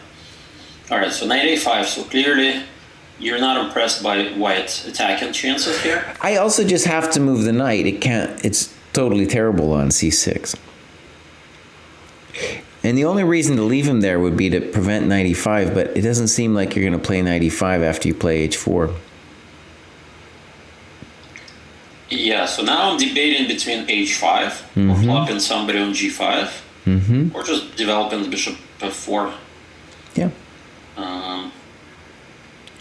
I think all of these options are pretty good, actually. I don't know which one is best, so let me think about it. Now, just for the benefit of chat, I'll say this position, I feel at home. I'm just going to say I feel at home in this position. Not that I'm better or anything, but I feel at home. I realized, Eugene, like, you're a dark square dude, and I realized the other day, I was like, you know what? I'm a light square man. You're the French player. Yeah. I'm a light square man. And this is a light square position. I don't know. Part of me just wants to do this. I don't know why. I'll trust my hand. Okay. Because weakening up is always the key in these positions. Alright, so now that you're weakened up, how do I build up my plan?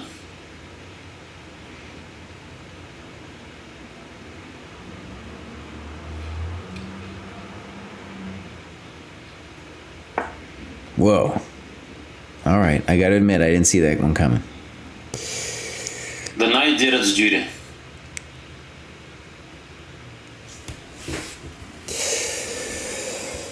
Oh, man. All right, so I'm just gonna think out loud. I got bishop f6, c5, knight c4, rook e8. There might be something else, but those are the main things crossing the computer screen of my mind.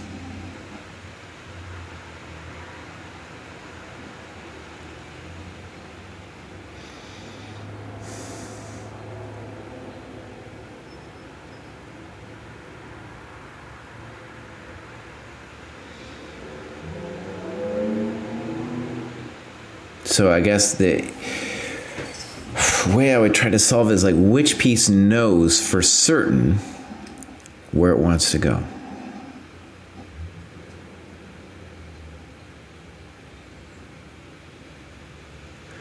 I gotta admit, I have no idea what Eugene's doing. I don't know. I don't know either. It just feels like I have to do something on the king side. I haven't really figured it out yet. Like maybe it's bishop g5 that's coming next, but you know.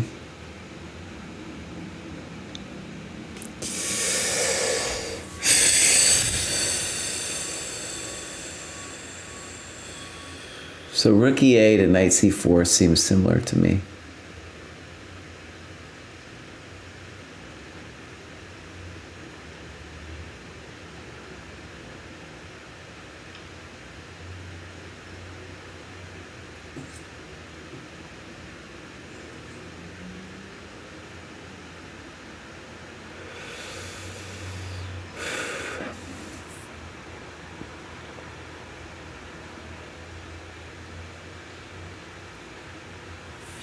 All right, buddy, I'm not exactly sure. I'm going to do this one. All right, I'm going to keep attacking.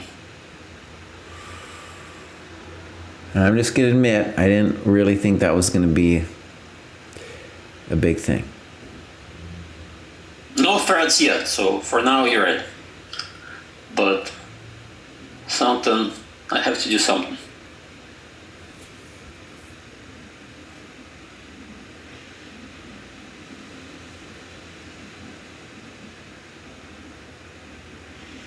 Now, if there was a drawback to knight c4, it was that any kind of plan with c5 and then messing with the queen has less juice. Right.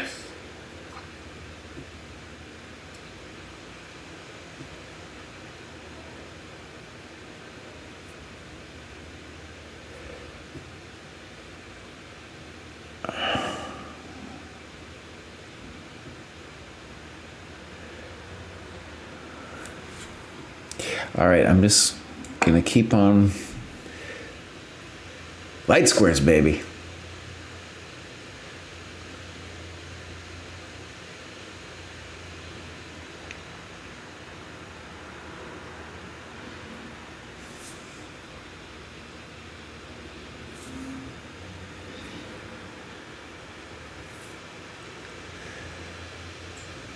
All right, now what do I do next? I don't know, man. I don't know. That's your problem, buddy. That's your problem. I'm supposed to have an attack, so I'll try to assume I have an attack. Okay. So maybe some kind of sack is threatened. And I was going to assume that like either bishop f6 or bishop f8. And my assumption was that I had no problemo.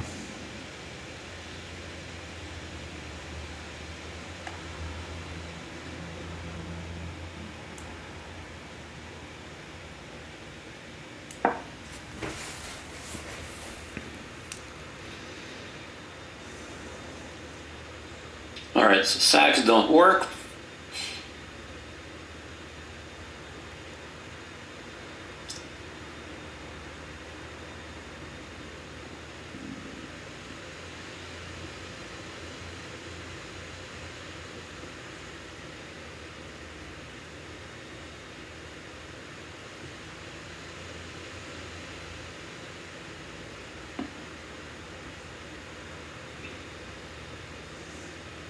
My intuition is that whereas we did well by the computer last game, my intuition is the computer's just going to hate us on this game. Just despise the way we're playing. Yeah, this is definitely a little bit more complex structure. All right, I don't know what to do. Let me just make a useful move.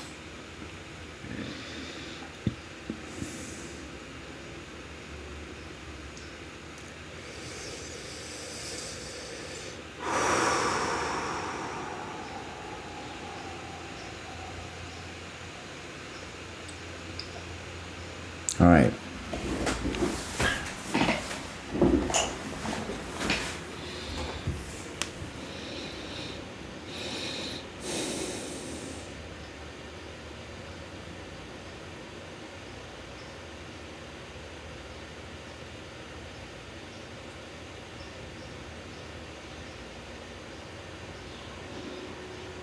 I'm going to make a committal decision because I'm playing on the light squares, baby.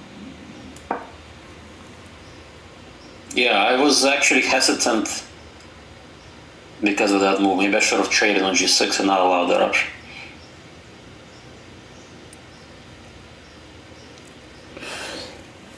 And so my hope is that like knight d3, knight d6, that I'll be at least okay. Because the knight is getting ready to play on the light squares with knight e4.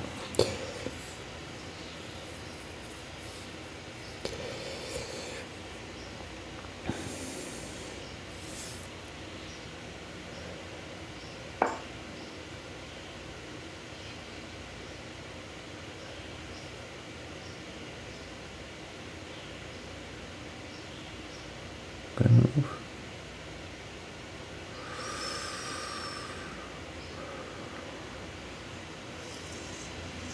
All right, it's an if A then B situation.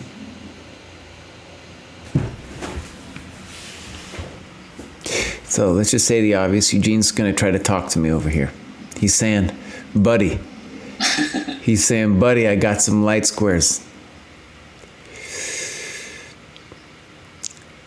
So knight Yeah, definitely should have taken on g6. I feel like I should not have allowed this option. This is again one of those positions like it just feels complex to me, but I know the computer is going to have very distinct notions about what's happening, you know. My intuition says black is better. Uh-huh. But you're right, it's a little complex too.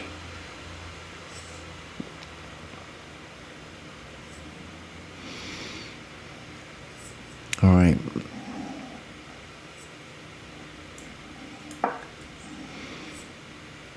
Yep, so you are regrouping.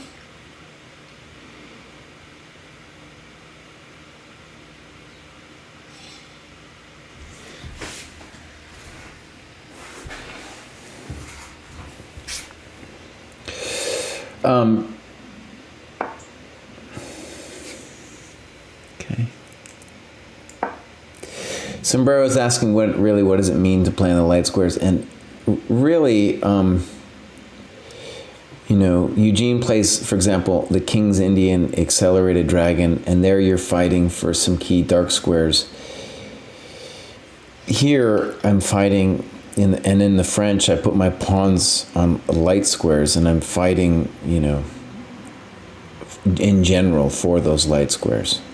Like the square c4 and e4 right now. Big moment for Eugene, like, kind of like last game. He needs to find something here, right? Or else I'm going to be better.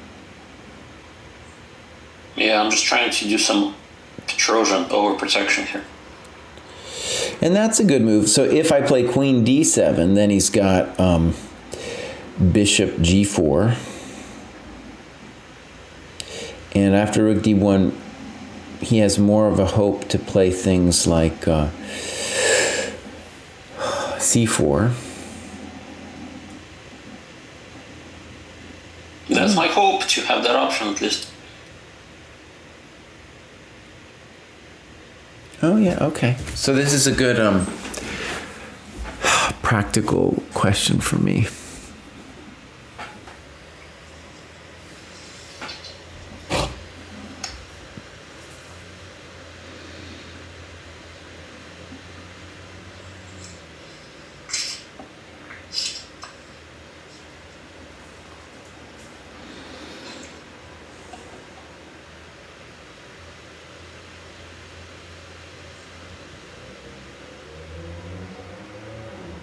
No, it's actually not an easy decision for me right here. Yeah, to me, I finally don't see any obvious moves for black, which makes me wonder if Jesse messed up.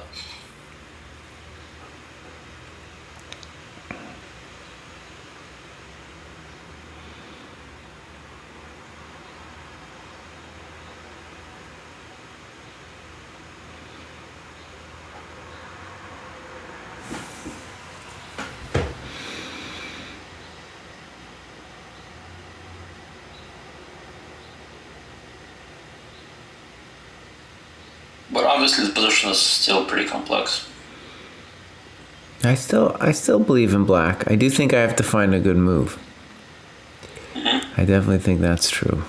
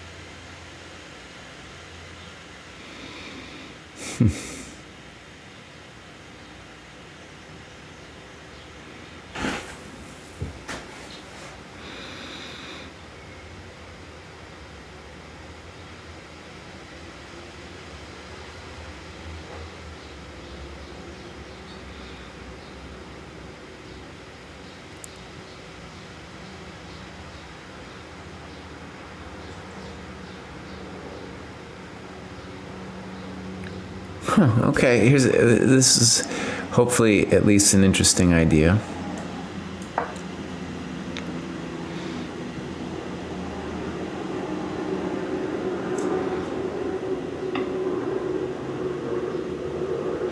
Let me just talk out loud while Eugene's thinking. The rook on d1 is nice, but it kind of took away a lot of his juice for any kind of later f4, you know, or stuff over there. And my idea here, queen d7, is just simple, where I'm at least the only move I was worried about was bishop g4, and then I can play queen c6. Again, light squares. And it's hard for me to evaluate that position, but I do believe in black.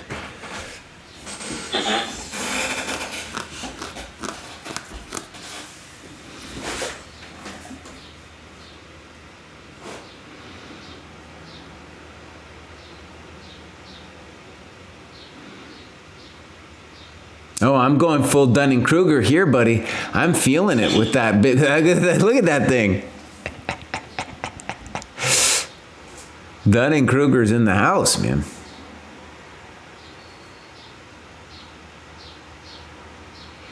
Yeah, somebody's getting excited.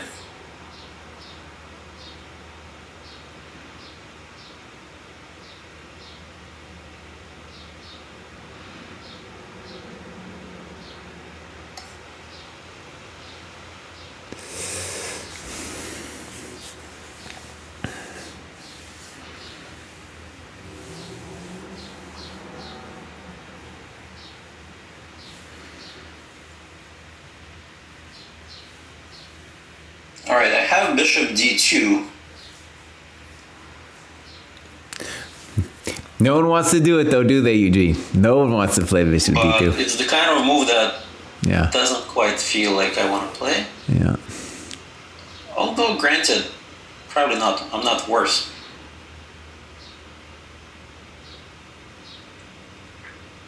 Do you have anything better?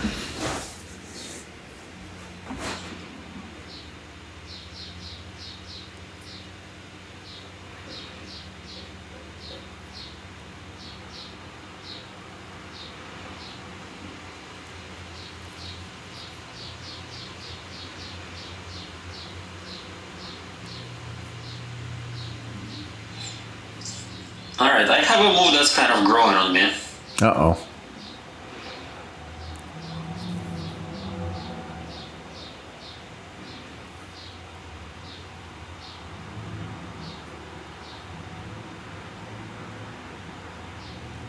But again, it doesn't... And I just have an announcement. I'm going to make an announcement.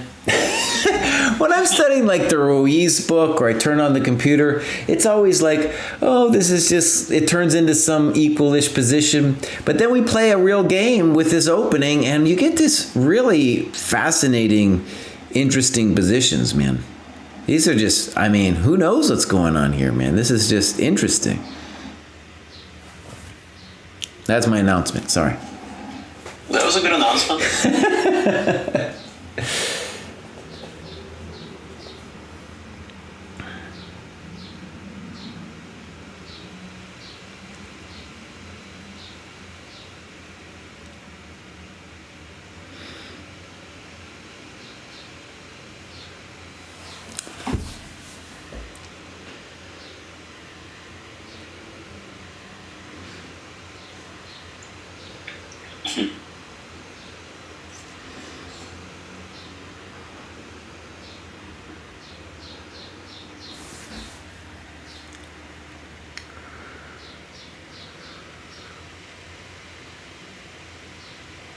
I have a move that's so super hard to play in a practical game,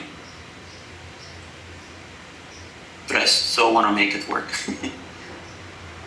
All right, I'm gonna go for it, guys. This is gonna surprise me. I might fall out of my chair here. Here we come. Here we come. I'm rocking back and forth, man.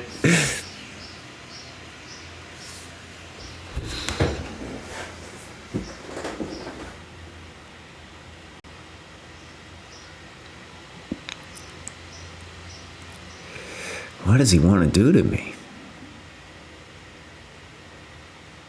I don't think it's sound. It's going to be something crazy is coming up, my friends.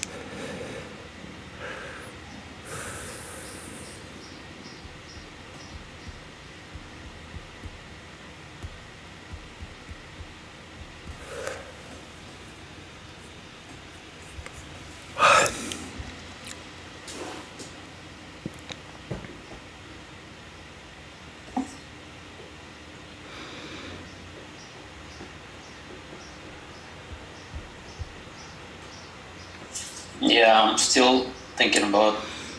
What is it, Eugene? What's F3. Oh, you don't want to play F3, buddy. No. Why not? What are you going to do? Well, worst case scenario, just play knight d6. And what do you got? Nothing. You just weakened yourself. Well, king f2. Maybe. And then obviously you have to worry about the other weird things in the world, like knight c3 and queen c3. Yeah, knight c3 I'm least worried about. Queen c3 I think I calculated and I'm fine. I'm actually worried about knight takes g3. That too. Buddy, don't... d6. F3 is pure madness. That's just pure madness, Eugene. I have too many good moves after that. But you can do it. You can play your heart out. Play your heart out, Eugene. If you like it, do it, buddy. Yeah, that's the thing. I can't quite pull the trigger on that one. I don't think that's right, buddy. No, that's hard. Very hard for Uncle Jesse to believe that one.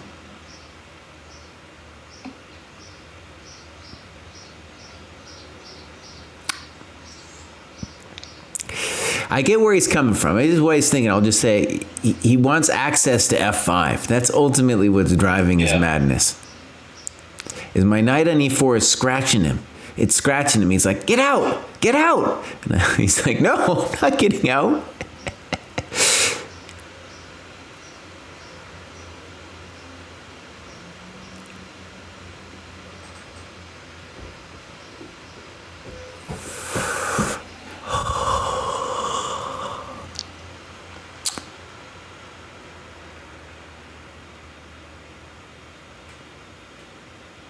Can't pull the trigger, right? It might not. You're right. Maybe it's not that bad. All right, guys. I'm gonna go for it, given that I spent all this time on this stupid move.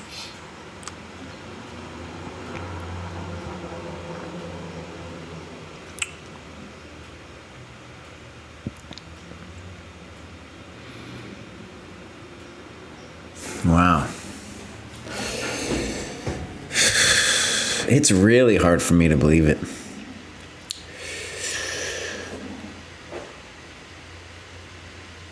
Yeah, probably unsound, but who knows?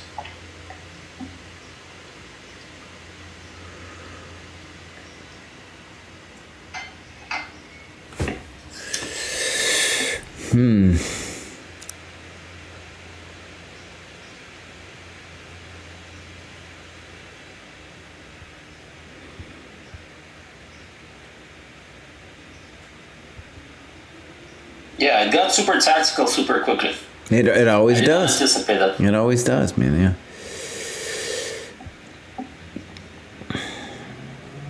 Now, if I was wise, I'd probably just play knight d6 and trust you. Oh yeah. Even if I spent all this time, I don't want to trust you.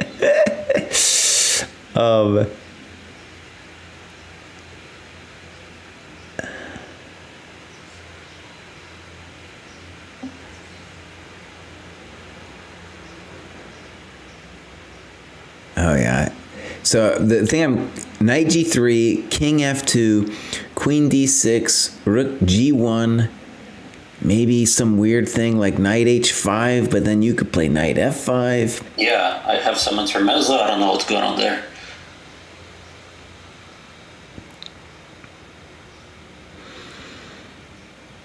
And queen. That's where things get really complicated. Those lines calculating all these nuances. But maybe it's okay. And then, oh my God, queen c3, fe. Yeah, that was the point. Queen a1. And now we have nice intermezzo.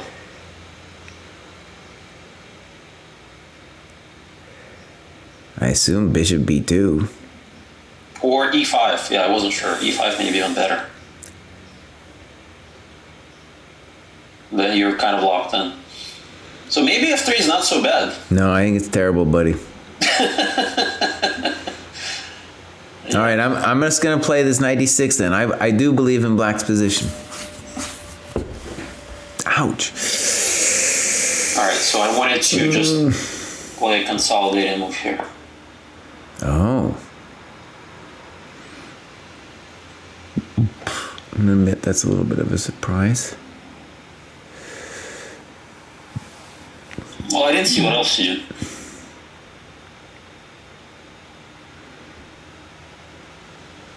Okay. So, I got rook e7, I got bishop a6, I got bishop c8. Oh, I hate that sound.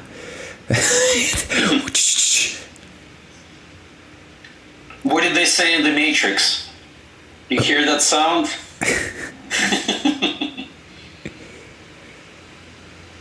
I'm gonna do this one, buddy. I just think that's annoying for you. I'm playing on the light squares, son. Playing on the light squares. Yeah, I kind of anticipated you would do that.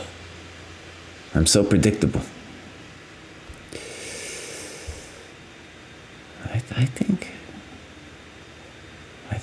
I feel like black's better. That's my naive sensibility right there.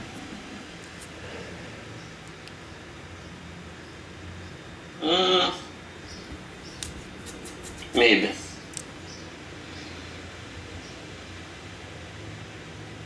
All I know is the Eugene supercomputer is just gonna despise us, dude.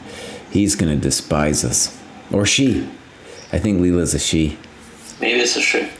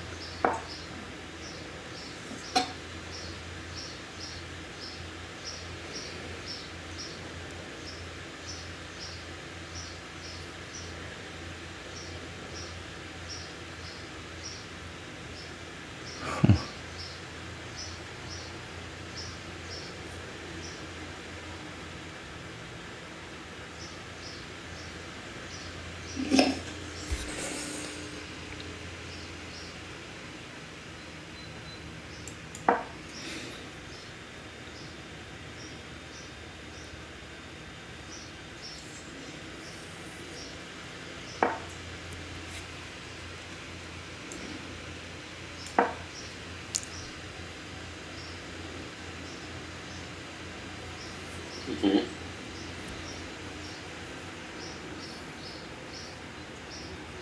I think I have to take. Oh, I could take AB. I didn't really think about it. Yeah, you could. CB is the man's move. All right, spend 30 seconds on it, Cry.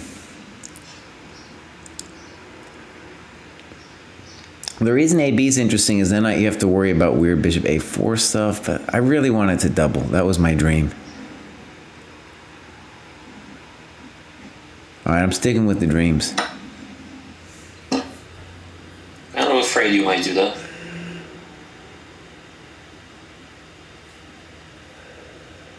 I'm going to go ahead and say Eugene needs a hell of a move here. He's in trouble, man. He's in trouble.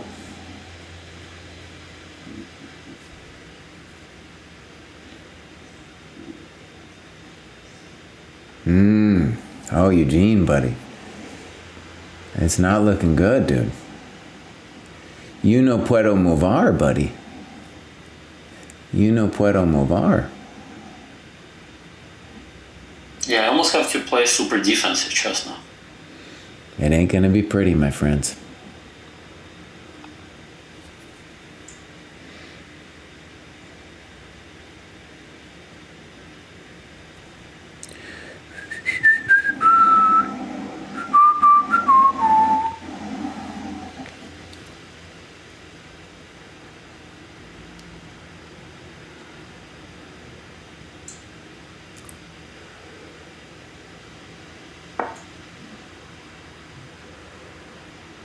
Holy smokes.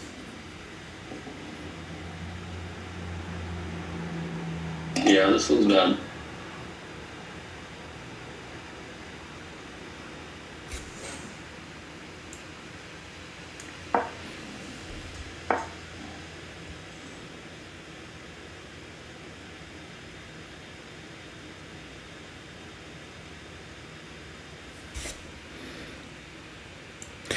I'm a loser, baby, so why don't you kill me? Oh, nice shot. The bishop on b5 magically defends my rook on e8.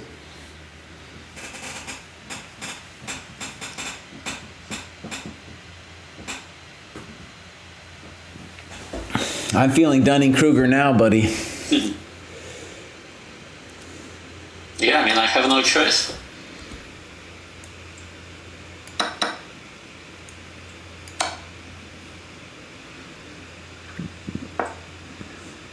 All right. If I'm losing this, then it'll really be sad. I guess my knight's also holding on to my rook, so take this guy. All right, choice. Choice cry. So he's gonna have to play. Oh, this is over, buddy. This is gone. Yeah, I'm losing all my pawns. This is gone. Knight. Oh yeah, this is just gone. Wow. Crispy critters, man. No, we should stop here, huh, Eugene? I don't even know which one. Probably. All right, I'm offering you a draw, buddy. Okay, thank you. For being kind. Yeah,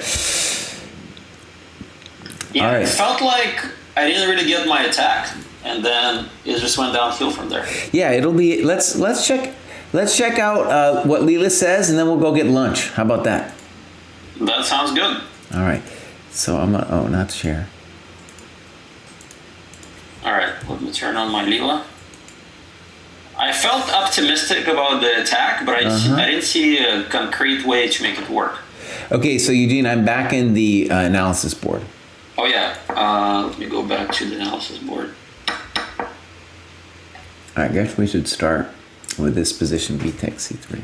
Yes. Yeah, it'll be interesting, especially if it likes this H4 move you did. Okay, first of all, knight C6 is the best move, which you knew. Let me see if it likes my H4 move. Yep, it's one of the top. Yeah, it's pretty much the move it plays on every line, even if you don't play H4 here. So it's thematic, at least, let's put it that way. Well, thematic in like 2021, I would have guessed. 2021 Alpha Zero. Yeah, I would have said like knight D2 or something like that. You know. All right, so knight A5 is right. Okay. And now does it like my knight G5? It says it's okay. Okay. It's okay. What did it want? But wait a second. It actually thinks you should take on G5. It thinks G6 is not that great for you. You know what's actually interesting about that, Eugene, about taking on G5 is later in the game, you know, I was talking all about the light squares, right? Let's just put that on the board. I think it's going to take with a pawn. It would have been a surprise for both of us to take on G5, right? Neither of us was really thinking about it. But the point is now all of my pieces can work the light squares, right? So my queen will go to D7, my rook will go to E8, and then my knight can bop around, and I just ignore the dark square. Yeah, it's kind of easy for you to play. Unless exactly. I can play quick bishop F3, king G2, but I'm not sure if I have time. Right. And to that end, I should probably maybe play queen D7 immediately. Right. Yeah. No, and I think one of the fascinating things we'll come to later is that later in the position, the piece that doesn't work to me until the very end is the bishop on F6. That's right. Right? Yeah. Okay, so that's very instructive, so actually. This looks pretty good for you. Yeah. It's equal. Yeah. But G6, apparently, it prefers white. Okay. But it doesn't like my plan as much as I thought. Yeah, knight H... This is good enough for equality. Okay. But let's see what plan it likes. This is where I was having trouble. Yeah, it does like the immediate break. Either rook E1 or E... Yeah, I was thinking if I should do that or not, but... Okay. No, I get it. And okay, so here we're just going to claim your advantage of the slightly misplaced piece here. Okay, I can get behind that. And then you'll probably take. Yeah, I got to take. And then I'll take with the knight. I'm guessing it's... Or the bishop. Yeah, I don't really want to trade the bishops. Okay. And it's just a bizarre... Again, statically, white is worse, as always. But I've got some dynamics here. Well, right, and if I play in like knight c4, then you have knight f6. Yeah, so you have to start with bishop d5. Oh, thank you for tipping us. Oh, nice too. Yeah, thank you, guys. And then the question is, like, I always have trouble with these positions. I see all the moves for black. Mm-hmm. Your knight's coming to c4, right? You're going to play queen d7. But I have trouble with white here. So let's say I play something like bishop f4. You play what, knight c4 or something? Or rook e8, one of those light square moves. Or rook e8, let's say rook e8, useful move. And then I don't know what to do. Okay, I'll play rook f e1, queen d7 maybe. Light squares, baby. And now I'm getting struggling. Well, here you could play bishop e5 though, right? Then what? Well, you're threatening knight f6 and that kind of thing. Is that a serious threat? I don't know. Queen ain't getting to h6 in this game. Yeah, I don't like white here. I mean, it's the kind of position that long-term white has problems. Huh. But Alpha Zero, or your Leela likes it though, right? After like, what is it? One after bishop d5. It's like, it sort of starts to like it less. It gets excited about it, and then it sort of goes to equality range. Dunning-Kruger right here. All right, in that case, maybe I need a wait-in move.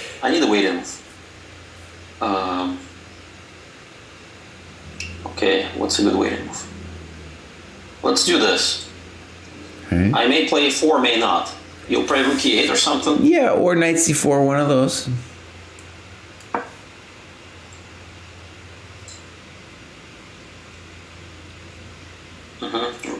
move.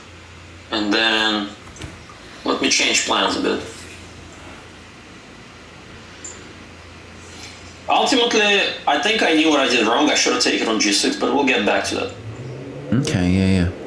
Okay, it's just an interesting position. I'm willing to believe, though, that it's a little scary for black with the e4 coming. Yeah. It's really not anything special. Yeah. It's just kind of... Yeah, but it's a fun position for you. You do have attacking potential. I think knight h3 is more human, because at least I see my plan. I didn't like knight h3, dude. That felt too slow to me, and... Yeah. Really? I really liked it. Okay, let's check it out. So h5, I was just playing normal moves here. Okay, so it doesn't like h5, even though it always likes pushing the Harry, but in this specific instance it says, no, don't do it. What does it want? I was thinking you were going to play knight f4, honestly. I thought... Knight f4, a4, or rook e1. Right. Just kind of maintaining the equality. Right. But again, that means I'm playing without a plan, which means I don't like that. Right? Yeah.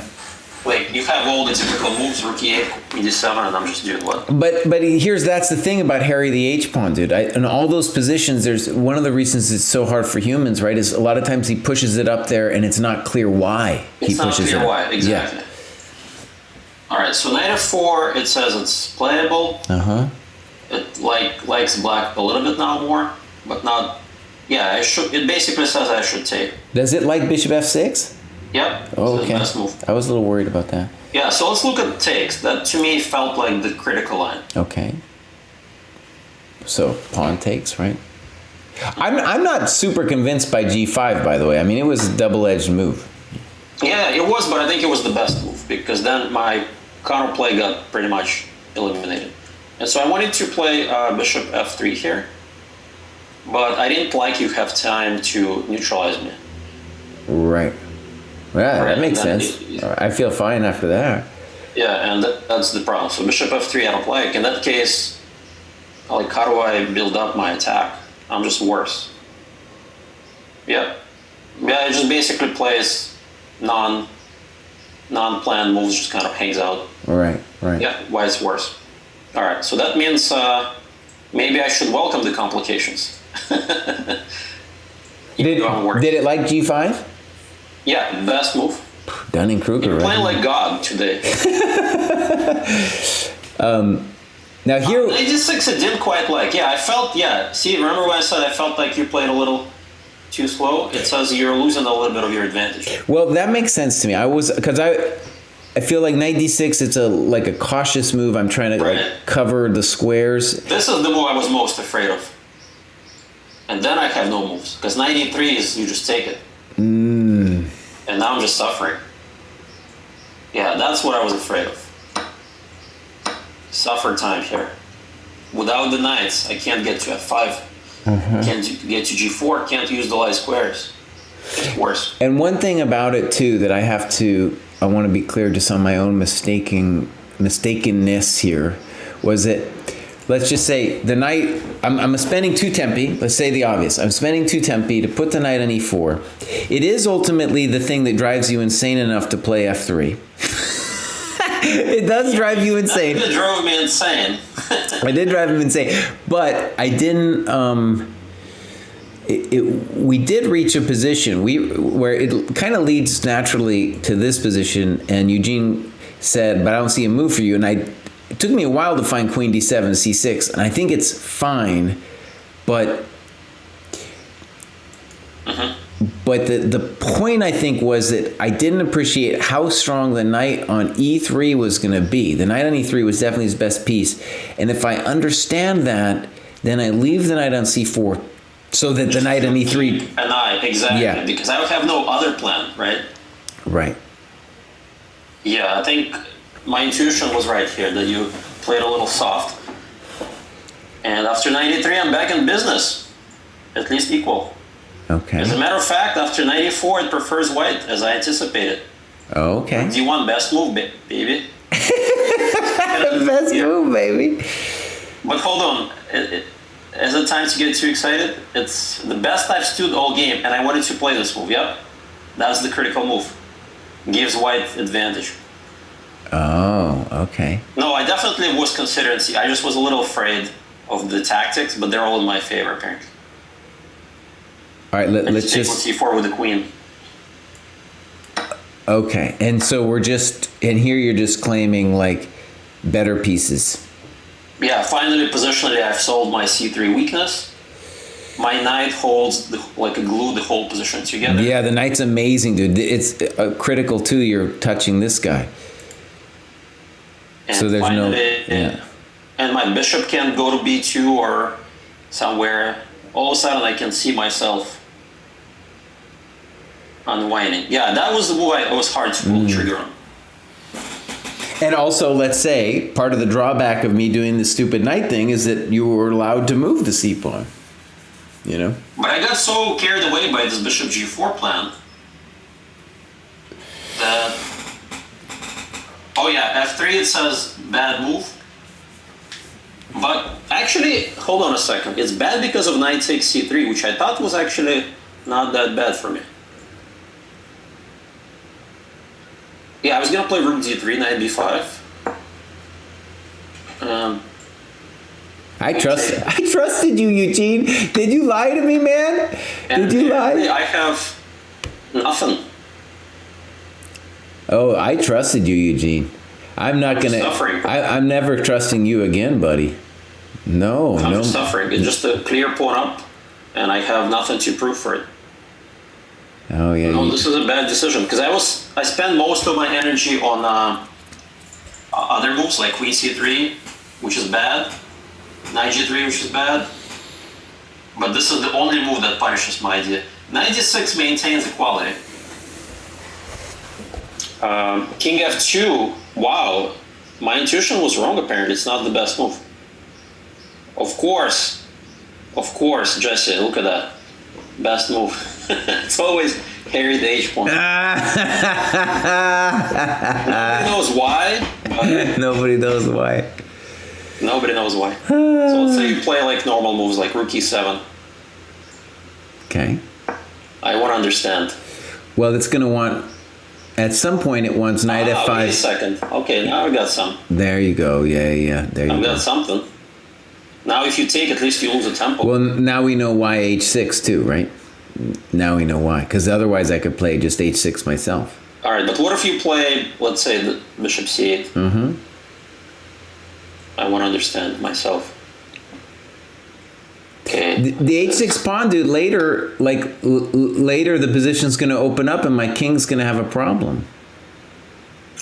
So for some reason it wants to start with this and then this. I don't understand why not knight g4. But let's just say, I mean, knight g4, white's, I don't like my position anymore, right? Oh, but hold on. Here it says block is still okay. Oh my God. But okay, but that's no longer human. You got knight e5 in that position and...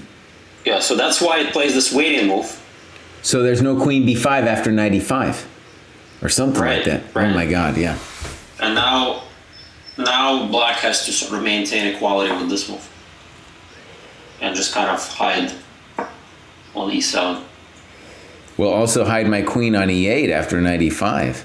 Oh my God. Knight e5, queen e8, you're fine. But guess what? Tactics. This is where the crazy stuff begins. Huh? Oh my God. Human chess ends and computer chess begins. Yeah. As we say. So that means h6. I would say inhuman move. No one's gonna play it, but we understand the reasoning. Bishop h6. Once again, I had to do this, whether I like it or not. Mm-hmm. Definitely difficult decision for me, just to throw a pawn there and not worry about it. That's why I played logical move a4, which doesn't really accomplish my goal because you always have everything protected there. Mm-hmm. Yeah, I felt you were in big trouble now. Bishop b5 was a good move. And of course, I didn't know what to do, so I took on b6. And guess what? This is a huge mistake, Jesse. Huge mistake. You're worse. I almost played that move. Oh, almost tricked you. Let me just say, the CB just made so much sense to me because of course, yeah. But just to illustrate why, here the advantage jumps from equality to like huge. Right, and it's in a way it's conceptually very simple because without me being able to double the rooks on the E file, right? You now don't. I have this additional ideas, right? I can do whatever I want. This. I lose all my pressure. Yeah. Yeah, the pressure is gone. This knight feels pretty comfy. The bishop can move around. And wait a second, square. There's a critical tactic that the computer sees. So for a human, he might be thinking bishop a4, but then it's seeing queen a2. Yep, that's the key move. Yeah, that's the key move. Okay. But your intuition kicked in full gear here, because you were like, I have that backup move. Yeah. But let me actually force myself to calculate. Well, I mean, I played rook e7 to double, so, it was... Yeah, and you just follow through with the plan, because this is not a weakness, guys. Yeah. It's not a weakness. So, yeah, I'm worse, but I'm not lost. I should have played bishop f5 as I wanted to. Uh-huh. Before you get a chance to cause some damage. Yeah, uh-huh. Right. And then the main line is h6. Probably. Mm-hmm. And I'm just kind of like holding the position together. Check. And then maybe rook e1 or bishop d3. Bishop d3 feels nice. Yeah, that makes sense to me. Yeah. Because e2 is ultimately how I lost the game. Right. Okay, I'm worse. There's no doubt I'm worse. Mm-hmm. I mean, you got this against this. The only caveat is maybe you have to be a little bit careful about this stuff.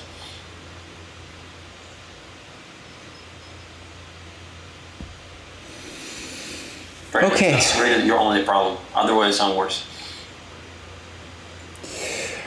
All right, guys, I'm going to give an announcement to finish the stream. If you go and subscribe to Eugene's Chess Openings Explained, that gives you probably, I think, 20 rating points. If you follow us here on the channel, that's worth a point. That'll get you a point. If you subscribe here to the channel, that's 5. That's 5. It's a full 10 over at Eugene's site.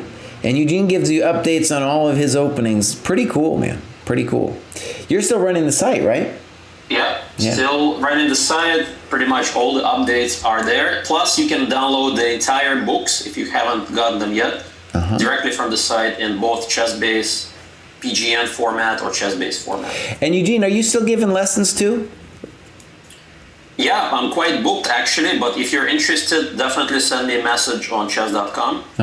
Cool. And I would be happy to consider adding you as a student.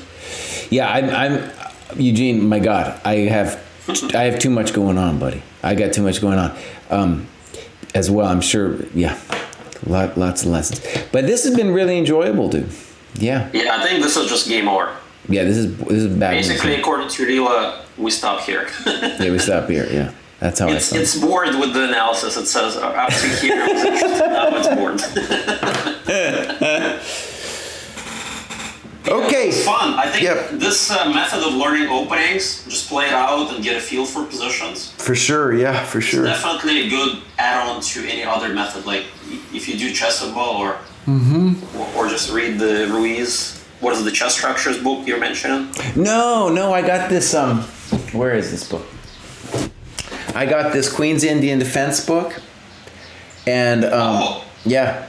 So, I know about that book. And he wrote another one on the Nimzo, and I'm getting that in the mail in a couple days. Oh, that must be Ruiz, Michael Ruiz, Queen's Indian. Yeah, he's a strong GM. I think he was like Gelfand's or somebody's second. Yeah, that makes sense. Yeah, that makes sense.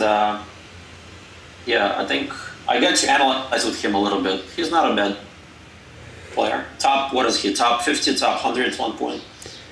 Yeah, he got up to like high 2600s, I think, it seems a pretty good book so far. I mean, there's not like my critique. One of the reasons I haven't bought I have very few opening books in my life. It's that it is mostly variations, and what I would really want is somebody to explain some stuff to me. Like like what we're doing here today. Just trying to throw it around and just absolutely where each piece goes and the plans.